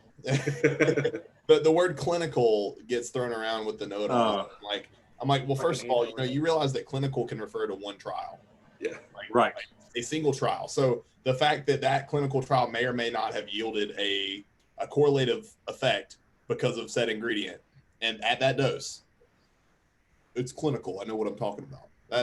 That's the, Yeah, it was the dude's brother that tested it. I mean, of course it worked. Like, if you study an ingredient and it sucks, that ingredient is still clinically studied. You can slap that right in the front of a bottle. The study showed nothing, but it was clinically studied. Somebody has to look it up. They got to look it up. Yeah, we talk about that a lot. It's like, there's a certain study on citrulline. There's a certain study on nitrosogene. There's a certain study on this, but is there a study on all of these ingredients together? No. Synergy? No. Right. So, and that's when like the experience comes into it as well. Is okay, how can we squeeze the most out of this formula while still making it taste good? Because to flavor it and stuff is becoming more and more difficult. As people, right? I mean, that's what people want. You want to make sure everything sort of fits together. So it's not just about max dosages of every single ingredient all the time. It's how can you put the entire puzzle together. Yeah, it's definitely a puzzle piece you got to put together. And part of that too is when we first started, not many companies liked working with other patent ingredient companies. So Century Nutrition 21 did not want to work with Compound Solutions. Mm-hmm. So Pat, you want me to take dynamine and teacrine, and you want to use nitrogen, and you want to use this all together, and you want to put them all in the front of the label? I'm like, yes. And they're like, fuck you. Right? Yeah. I'm like, no, we're going to do it. It's going to be good for you guys too. Why not give you notoriety? Plus it gives our consumers something to look at, So and look I was on a podcast today with someone from the UK, and we talked about exactly that. I said, because he said, in the UK, people work together, and I said, well, that's not how we do it here. Nope, that's how Australia works. That's how foreign countries, foreign territories actually work. I'm like, what the fuck is wrong with you guys? They're like, oh yeah, we get together and we talk about these things, and I was like, man, we don't do that shit here, man. I was like, even the fucking reviewers hate each other. Yeah, I was gonna ask, who from the UK were you podcasting with? Because I know it's not the review bros. Probably Danny. It was Danny from Insight. Yeah, he was one of our first customers. Oh yeah. He had a lot of good things to say about you guys. Good. You're talking about the Review Bros? Listen. No. Oh man, I'm such a huge fan. I mean, they didn't spam my page 20 times trying to get free product or anything. I have commented directly on their stuff, calling them out for the bullshit that they post, and they won't even answer me. I will straight up say to them, like, if you talk about research chemicals, is my wife saying anything in comments right now? I bet she is. We're on a little bit of a delay, but I'm expecting in 30 seconds. she'll say something. I wanted to touch quickly on the clinical dose, like the mongerers again. Okay. You know, everybody's so big on clinical dosages until there's an ingredient that they actually feel. Right? So like the clinical dose on glycerol, on like standardized glycerol, is like 1 gram per pound of body weight in aerobic athletes. Mm-hmm. But nobody's saying shit about it when you're seeing a 3 to 5 gram dose in pump formulas. Right. Yeah. So I just wanted to point that out there. If anybody's watching or listening, everybody is a stickler until they feel it. Oh yeah. Back to whatever. Sorry, I was just thinking. Yeah, you don't need nearly that much, because all you're wanting that product to do is push the other ingredients through. Mm-hmm. You know, you want to open up your system to accept those products. You're not using it as the main focal point of the ingredient. Yeah, and it has a huge benefit, but you don't need 25 grams. Yep. You know, of a glycer pump. Hell, you have so much when shit flowing through you your guys system. I would not be able to chew. I was gonna say, like, going back to, you know, we talking about the launch thing. What did you guys actually launch with? Do you remember? We launched with 4 products: ignition switch, hydraulic, grind, demo double day. time. Oh, demo day and grind. Demo day, grind. Big Cherries was the only time. Double time. Yeah, it was 5. 5. About and then how long till the protein came along? Oh, it was 6. It was cinnamon apple. Farm Fed came Black Friday. Yeah, November. Was it Black like Friday? 5-6 months later? 6 months, yeah. And we were supposed to have a limited release of cinnamon apple pie, but then everyone convinced us to keep it. Yeah, because I was gonna say, I know we talked to a lot of people, and they're like, I talked to a lot of small brands, and they're like, oh, I want to release a protein powder. I'm like, why? Like, are you fucking crazy? You're not gonna make any money on it. No. Right. I mean, so you sell 10,000 a month, 20,000 a month. You know, it's not gonna make any money on it. Especially if you have to store it too. Right, and shipping and all that good stuff that sort of goes along with it. If you went to 5-pounders, you're gonna make negative money on the 5-pounders. You know what's funny too is in the industry, when I talk to category managers for like GNC, bodybuilding.com, Item Shop, they like refer to, well, in the past when I was behind brands, they refer to different companies. They're like, there's protein brands and sports nutrition brands, and there's very few brands that can do both at the same time. Well, yeah. Like I remember when I was going to the vitamin shop, BPI had like a wall of proteins, and they couldn't sell proteins for shit. They just couldn't sell, like, I don't know what it, like, and it was a fine protein. There really wasn't that much wrong with it. It was BPI, but it was okay. And people still just would not purchase it. Cellucor as well. They did their core line of proteins. No one would buy them, no matter what. Cellucor is like the highest selling pre-workout in the world. Couldn't sell proteins. You guys do a pretty good job of bridging the gap between the two. Well, I think that's because we're not one of those brands. Like, I think whenever people create, if I could give any advice to a brand that, like, this new brand nowadays, it'd be like to find your complete niche and run that direction. If you want to run with protein forever, just create protein and run with it. You might have a product or two that you can, you know, throw side by side with it 2-3 years down the road. But if you got a badass pre-workout, just get behind that thing and just run with it, man. Because it's so difficult to come out with 5 to 15, 20. People try to come out with 30 SKUs and try to run like they're a full-fledged brand from day one. No, you're going to lose your ass. Yeah. You're going to lose your ass on that. So start small as possible. Mm-hmm. So Ben, you were talking shit about Review Bros, right? Oh God. Dude, if you're gonna review a product that says research facts on the back of it, like, I just have to roast you. Like, you're gonna tell me this powder that tastes like gummy bears, which is a human food, is not for human consumption. How do you? No, go ahead, keep going. How do you like ethically do that? I don't know. Like, morally, I would feel terrible about it. Like, I'll be the first person to come out and say, like, I've taken research chemicals, but like, that was my own stupid decision, and I knew it was dumb when I was doing it, and I accepted the risks. You know, like, that's just how, like, same thing like DMAA. Like, Patrick, please tell me, where in America is there pure DMA that you can purchase and use right now? It doesn't exist. It does not happen. AccentSledge.com. No, I was gonna say I have some sitting here. I think. I believe it's located in Georgia somewhere. You could buy some. Oh, The Home Depot Like with low-tech? the The geranium. Home Depot. yeah. But seriously, like as a purchaser, like what supplier can you call up and get pure? You can't. You just can't. You can't purchase it. And so, if you think that you're like this random brand in the middle of nowhere that is not a reputable brand, and somehow has I know what you're talking about now. they have the Silk Road of DMAA. Like they're getting it direct from China. It's legit. It's real. It's not. Like I don't know what it is. It's probably like Yohimbi or something. I'm sure they're not getting it tested. I think it's real. If it's Yohimbi, they'll know. Seems legit. Yeah. Do you ever? I used to. I buy it. I used to take too much. I accidentally took too much Yohimbi one time. I think I've talked about this. I took 4 milligrams, 4 to 5 milligrams instead of 2. I thought I was going to shit my pants. I mean, I was throwing up, and I thought I was going to shit my pants if you take too much Yohimbi. Right? So most likely it's just some oddball powder. But yeah, those synthetic type products with the DMHA, the DMAA, and the items out there. Again, those are those short-lived companies. Yeah. They're going to make a bang for their buck real quick until someone gets a hold of them, and then they're gone.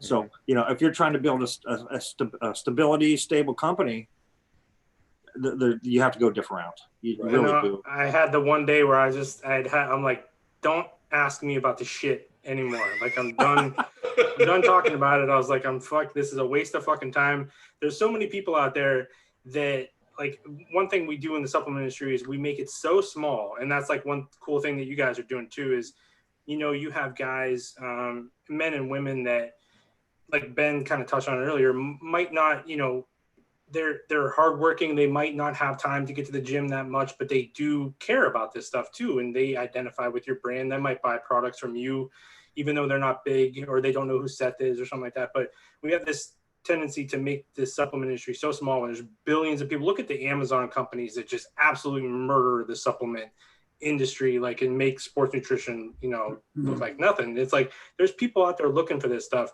And for some reason, we kick ourselves in the nuts every single day, like in this industry, fighting over this tiny, small territory when there's all these people out there looking for help. So I'm like, why am I talking about DMAA with these 3 dickheads like over here? Like, if I'm going to hang out with a bunch of dickheads, it's going to be you guys. And it's like, I don't like, let's not talk about this stuff anymore. Let's talk about the stuff that actually help people that really care about this stuff. So let's put all this in these assholes that go out there and review research chemical products and talk about them. It's like, get the fuck out of here. Yeah, I mean, I think one of the things that, again, going back to the people that follow us is we have people that buy supplements. We have people that don't buy supplements. We have people that buy AAR apparel and people that don't. We have people that buy AMN that don't buy AAR and Axe and Sledge. You know, they might buy our greens and vegan protein, but you know, it's having that type of balancing act. Yeah. Within, and I think one of the things we're very good at, it's not ignorance. It's just we put our blinders on. We know our focus. We know our goal. We know what we want to do for our retailers and our direct consumer people, and what information we want to respond with, and so forth. That, you know, we're not looking at other companies. We see what they're doing, but doesn't mean it's going to affect what we're doing. You know, we're going to stay true to that. I think Justin, you were mentioning like how people make the supplement industry so small, they want to target these people. One of my like biggest advice is to like small to medium brand, those large size brands, is to stop looking at Stack 3D. Like, I think that is like, I love Shane. I love Stack 3D. They're fine. They're cool. But like, if you are going to target the people that comment on those posts, you're going to lose every time. Like the biggest trolls in the world. I don't think any of them that like commented on our product when we sent it to Shane have ever lifted in their entire life. And I have to play that card, the do you even lift? But like it was people commenting about us ripping off C4 for crying out loud. Ugh. I was like, have you even seen the formula? But aside from that, yeah, if you're gonna rip off a pre-workout, it's not gonna be C4. God, no. I mean, they were saying that, just what, It goes back to the thing that Ben and we laugh about all the time. I was like, well, Ben does sponsored content and people talk shit about it. We don't do it and people talk shit about what we do. So yeah. fuck you people then. I don't care. Like I don't give a fuck. Fuck, who gives it means Exactly. you're making waves in the industry if you're doing that type of thing and people are giving you shit. You know. Well, that's why you just gotta believe in what you're doing and just go, man. Just go. Way more positive, negative. That just means people are listening. I'm looking at 4 squares right now. There's no reason that we'd be on this fucking phone call or whatever we call this nowadays in this new age world if we didn't agree with each of the squares here, right? Like you guys are all doing it the same, like you're doing it the right way, like whether it's sponsored or not. As I touched on earlier, did it work for both of us? Fuck yeah, it works for both of us. There you go. That's all I care about. Like if a good person's making money and if we're making money, let's do it. And if there's no bias involved, let's fucking do it. You know, like, so, I mean, who cares what these other guys are doing, what they're saying, all the bullshit out there with whether it's Stack 3D or whether it's these dudes in the UK. Oh, I hear you, kid. I heard she's good. No, she's not here. No, she's good. Whatever it might be, it's like, you guys are doing you, and I encourage you at the end of this to just fucking keep doing you because I know you guys are going to fucking kill it a long run. Yeah, I hope we do too. Once I started like ignoring the hate or like kind of enjoying it, realizing that like it means that I'm doing things right, like I was so much happier and I'm so much more successful. You know, I have one very loyal subscriber that will watch. He'll probably watch the full 2 hours of this video and like leave comments, like breaking down all the things that we were wrong on. He's one of Justin's subscribers as well. And I used to really get bent out about it, but like, you know what? They're watching, they're giving me a view, they're giving me engagement. Not a subscriber. Not a subscriber. No. No. Is it Robert? It's definitely Robert. No, Robert's too cheap to subscribe to our app. It's always a blessing when he just like jumps in randomly to a feed on the Snoop group. Like I'm like, where have you been? Like dude. And he doesn't do shit. Like, don't let him fool you. Like, he's not. He tries to talk.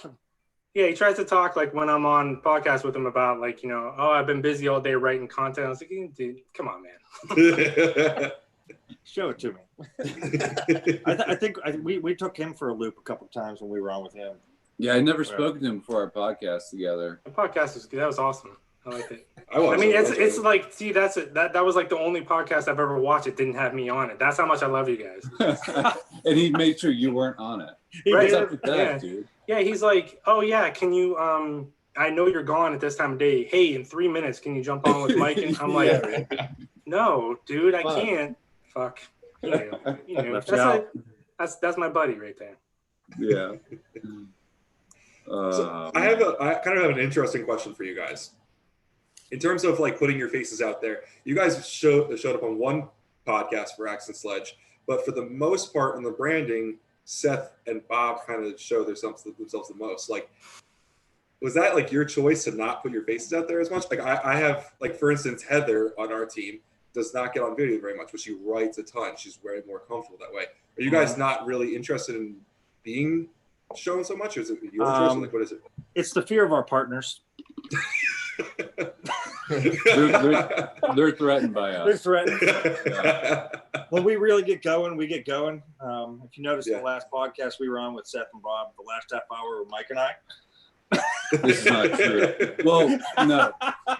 So you got to make them feel like they're bringing something to the table. That podcast was 3 hours. No, at least. I watched all of it, just so you know. I did. I loved it. It was enjoyable. But... Well, they cut a good hour of it. Really? Oh yeah. No, it's they did cut an hour for sure, but no, I mean, like, we all have our roles, and from the very beginning, we had our specific roles, and it's nothing that we ever like put on paper or anything like that. We just knew what we did best. That's good. Pat and I together are really great at running the business behind the scenes. We've done that forever with our own businesses before this. And we're really great at communicating and just running a team and developing a team. Those two are just great at what they do, and that's in the gym, that's talking to people, that's meet and greets. that's telling people about what they're doing. That's the podcast. I mean, those two are just infectious. I mean, they really are. They're two greatest guys we've ever met outside of us two, and Justin and the people here. Right. Yeah. But no, I mean, like we're all best friends. We know how much time it takes, and it's better that those two take them as much time as they do doing their thing. And it's just literally 40 feet away from us as we're doing our thing, 40 feet away from them. As soon as they're done doing their thing in the morning, we're all together in the same room for the rest of the day, figuring things out, and predicting the future as best we can. But no, like we've never ever thought we'd be doing any podcasts or any. It just so happened to be that we met you guys, and we're the ones that deal with you guys, and we enjoy it. So yeah, I mean, and they associate with a lot of the consumers, the community of the people that we have. Where Mike and I, if we're at the Arnold Classic, we're at the Hyatt. We're talking to the international people at the Olympia. We're talking to you guys. Fucking Arnold Classic, man. Right, exactly. Tell me about it. We had a That's huge awesome. guest. We had a big booth. pissed about that. But yeah, we do a lot of that back end portion of meeting with the ingredient manufacturers, box, trucking services, all the things that no one wants to talk about or hear about, but unless they're running a business. Because listen, if Bob and Seth could have created a supplement company, could they have? Sure, they definitely could have.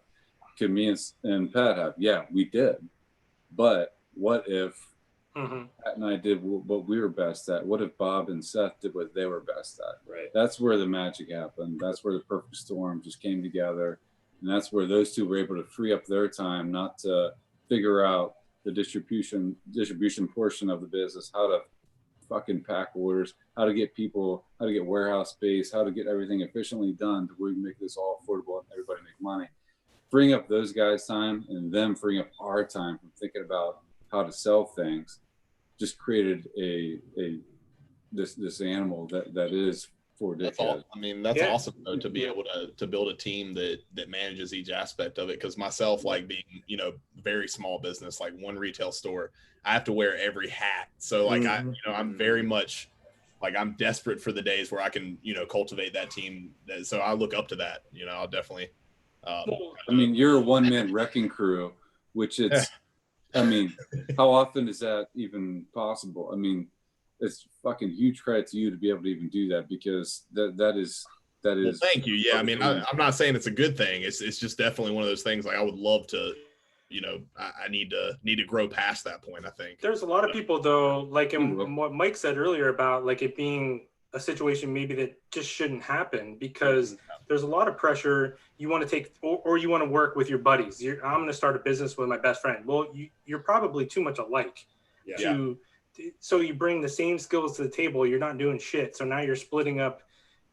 You're really not bringing anything. So like you said, the perfect storm where not only are you guys friends and like a family, but you bring different skills to the table. That stuff doesn't happen. So there's pressure. There was pressure on me for a long time. People wanting to come on board, and I'm like, man, I can't do all this. And like Jacob, you're talking about the same thing, but to bring the right people on board is more important than just growing and bringing people on, because like you said, you guys sort of have like a perfect situation here that you have really good relationships. You're like a family, but you bring different skills to the table. It's like unheard of. Yeah, and that's the one thing I tell anybody that's running a business. You'll know when you're ready for that next person. Just make sure it's the right person and understand the value of that person. How much time is that going to free you up throughout the day to do additional duties to increase sales in your business? Yeah, and that was one of the things Mike and I are very good at. We knew when we needed more people. We don't just hire somebody to say, hey, we have another body. Yep. We don't do that. We won't do that. We have a very strategic and direct crew that we have around us, and they're busy all the time. And it takes things off our plate where we say, okay, here, even during these times where they're working from home, we're constantly on messaging with them, and they understand and they report back, and they free up so much of our time that we're able to develop new products, come out with new strategies, come out with a new release on AAR, do more content, and so forth. So, when that happens, you can feel it. And then, but most people don't see the end result. Like, okay, I'm going to hire this person Jacob, we're going to hire someone to assist me with the books and do this, A, B, and C. All right, that just freed up 4 hours of my day. Now, with those 4 hours, it's what you do with them. Right. You know, on how that increases your business to another level. Who knows? It might be a second store. Now, all of a sudden, you double your funds. Oh, shit. Now we're doing. Or it's an investor that comes in. Investor, like, hey, here's right. 50 grand, start your next store for you. I'm going to take 50% of it. Okay, well, I know how to fucking kill it already. I've done it once. Right. I have the people in place to help do it.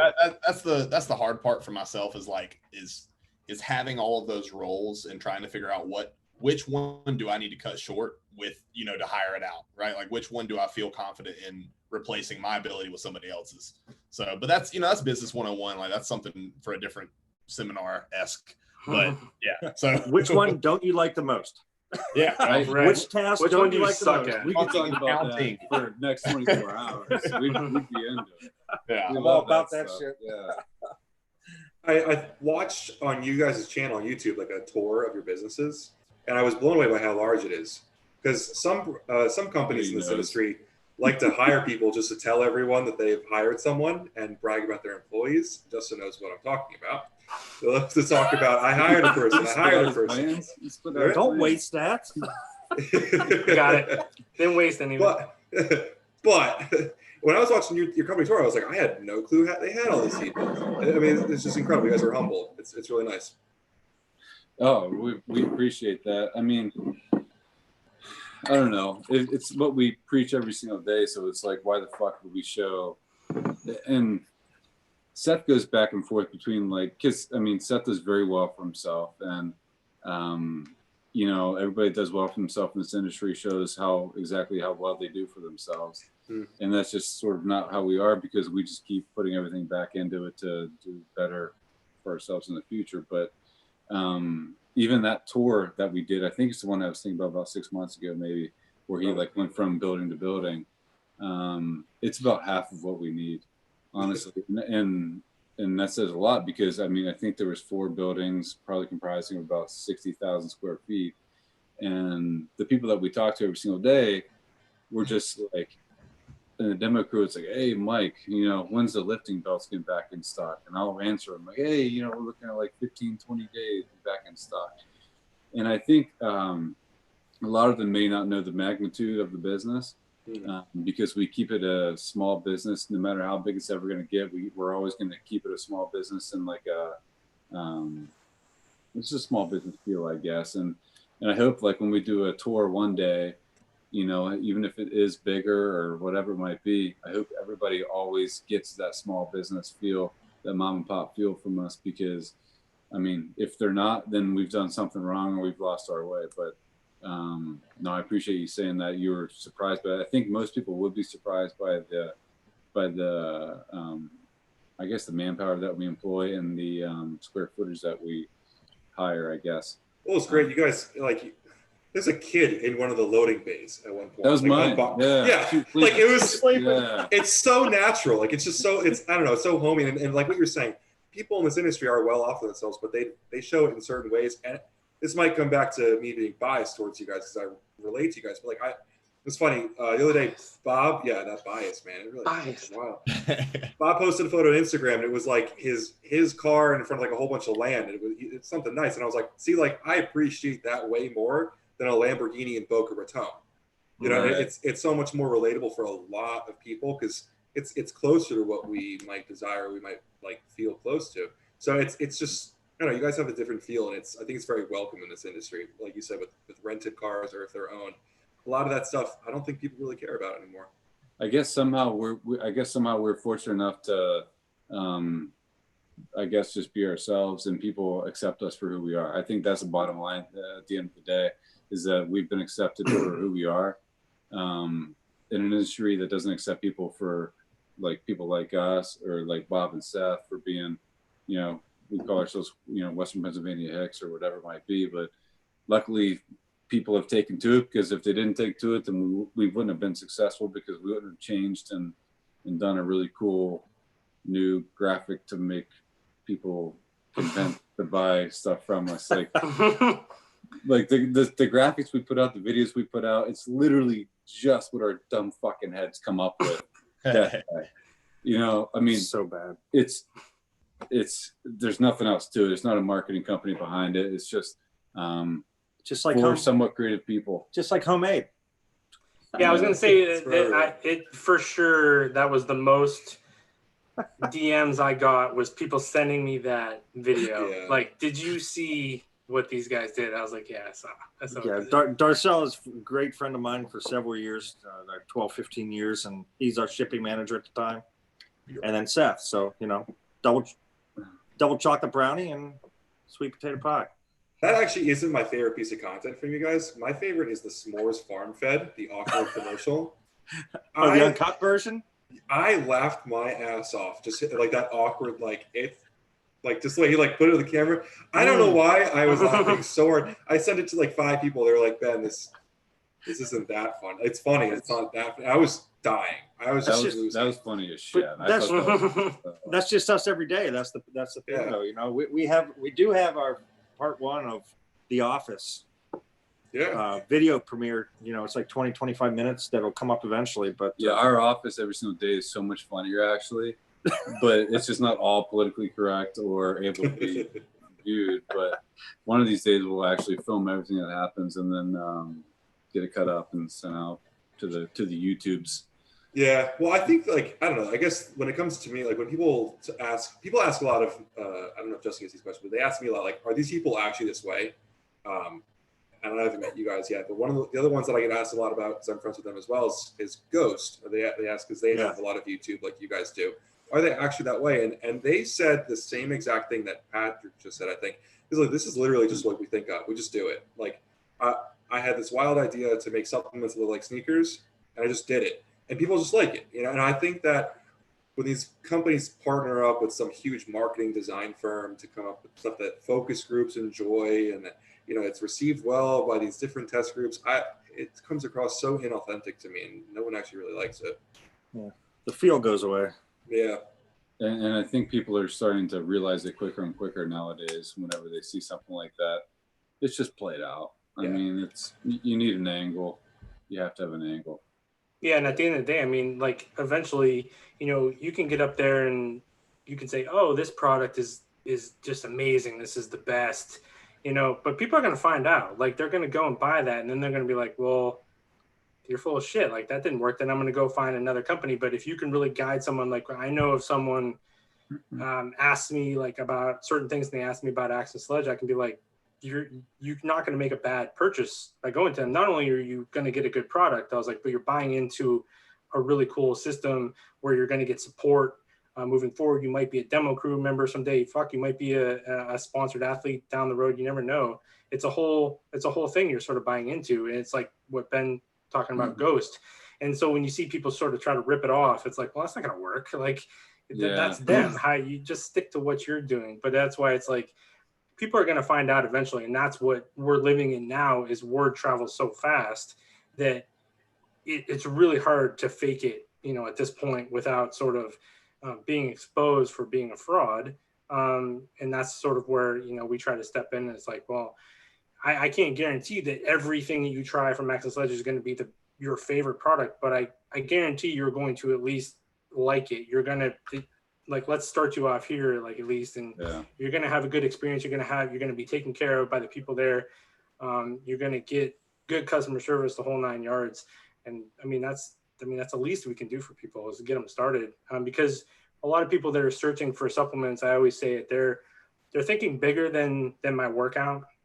These are people that are trying to improve some aspects of their lives.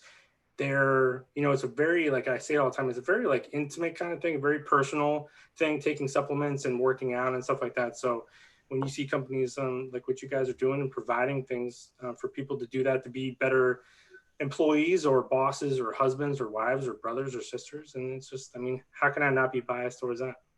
Yeah, I appreciate that twice, so two much. biases. Yeah. I'll never say I'm unbiased because that's bullshit. I'm gonna start hashtagging bias. I'm biased. Totally I'm biased. We're biased. I'm biased to Axe and Sledge. Oh, that's awesome. It's funny. You said this is an intimate thing. It is very revealing, and I don't. When we see people, I see it in Axe and Sledge a lot in their Facebook group posting this is my transformation. It is very intimate, and you're kind of looking into a certain insecurity of theirs they've overcome or fixed, and it's funny. You don't think of going to the gym as like an intimate thing. You think it was a manly thing, but when we sit down and talk about it, it is very intimate. Yep. That's why I'm looking forward to traveling out there and getting intimate with you guys sometime. As soon as Corona, because I know Mike, we had talked about it right before like everything went down. I was like, I would love to get out there and getting on the podcast for show sure. Yeah. And right, because then I can watch it afterwards because I'll be on it. So yeah, there we go. I extended the invite to Ben as well. So I mean, we were looking to have something in the summer, but with the pandemic, we have to push it back. For a big meet and greet and all that in Pittsburgh. But now it's just up in the air until everything gets opened. And we can see how we can work that out. Happens, which I'd love to be part of it. I think you guys have such a cool, interesting group of people. And I bet, do you guys have a lot of local love out there? Yeah. Yeah.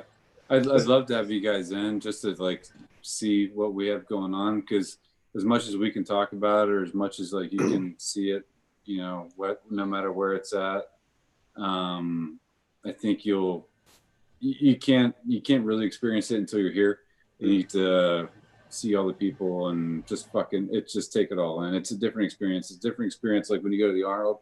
It's a different experience when you come here to Axe and Sledge, AAR, AMN headquarters. It's just all love and a ton of hard work. It's I mean, that's why we do what we do. So it's fun. Yeah. It's got to be fun. And nobody knows exactly how cool it is. So I'd love people to come in and see it. Because I don't want to put it on camera and put it out there. I just love people to come in and see it for themselves. Cool. Well, we're running out on 2 hours, and I know this is when Jacob starts getting hungry for his chicken and rice. So, my bro senses are tingling, man. I was about to make vacation plans to come up there and see the Axe and Sledge headquarters. I was figuring that one out over here. So. Yeah, I'm calling my travel agent. Absolutely. You're welcome anytime. The next Roundtable's up here. Hell yeah. Let's do that. I think Justin and I, and if Jacob wants to come, could give a good run for the money on that big table of yours with your podcast. I think we could make some fun talks. There you go. Fucking right. Go down. I have to say, the biggest moment though for me watching your podcast was like the moment that Bob was comfortable pulling a joint out on the podcast. We all knew what was in the pen. We knew what the vape on the table was. We heard them talking about getting tuned up, but then when it came out, I was like, "This is revolutionary. This is next level shit." Yeah. He was so patient with that. He was. Why do you think Pineapple Express is coming out? The flavor. Oh my god. Well, he had to wait until so gymnastics is like attached to our gymnastics facilities attached to our big building. So like the first time he ever did it was before gymnastics was in there, and with ventilation you could smell it over there. So once gymnastics had shut down for the year because of problems, he was given free rein just to go ahead and hop in there and light her up. So that's so funny. Yeah. That's awesome. Are you guys going to make a gaming supplement? Because the amount of streaming talk you guys have been talking about. All right, I saw a smile. You don't have to say it. I don't know. As someone who as a meathead that absolutely sucks at Warzone, it's been very validating to watch bringing Seth into it, because I feel like him and you guys when I play with my friends. Yeah. I mean, you never know. Yeah. Cool. Well, I don't know. We'll see what happens. We'll ask the guys upstairs. Yeah, we'll see what happens in a month or two. Awesome. Well, I got to sign off soon, so I'm going to say thank you guys so much for. Oh yeah. Yeah, no, it was a great time. Yeah, great time. I thought this was going to be awful based on the three guys we were talking to. So, don't blame him. And it we was. Never have content to talk about. No way is that depressing. Did we get anything accomplished? No. No, I mean, you guys one of our meetings at work. Yeah, honestly, I feel like I learned a lot. I mean, having you guys on this show, I'm over here taking notes, so I really appreciate it. Appreciate you, brother. I look forward to learning a lot more. I didn't write down anything. Well, yeah, I picked up some things that I could grow from. But I recorded this. Justin knows everything. Hey, Jacob, you can always reach out. We're always available. So yeah, dude, reach out. feel free with any questions, anything you need. just let us know. Yeah, I'll see if I can get in that Accent Sledge group. I don't know how to do it, but Nope. yeah, I feel the request. But Invite his wife. Nope. Yeah. Invite his Latino heat. Latino heat coming in hot. Awesome. Everyone at our warehouse has nicknames, so it's Yeah. just the way it is. And we just happened to be out there with Justin, and we nicknamed his wife Latino Heat in Vegas. you have no idea how accurate You have no how idea. accurate that was immediately. Like you guys picked up on that quick. That was impressive. Pretty good at it. Yeah. Yeah, Brandon. you're pros. Brandon 101. All right, awesome. No, we appreciate everybody's time tonight. Yeah. Thank you guys so much. thank you guys. Yeah, I'm looking forward to whatever we can do this summer up there. We can all get Awesome. together. Oh, we'll definitely have to do that. Awesome. Oh, Thank yeah. you guys so much for joining. All right, Yeah, have a great boys. night. All right, See y'all. see you guys.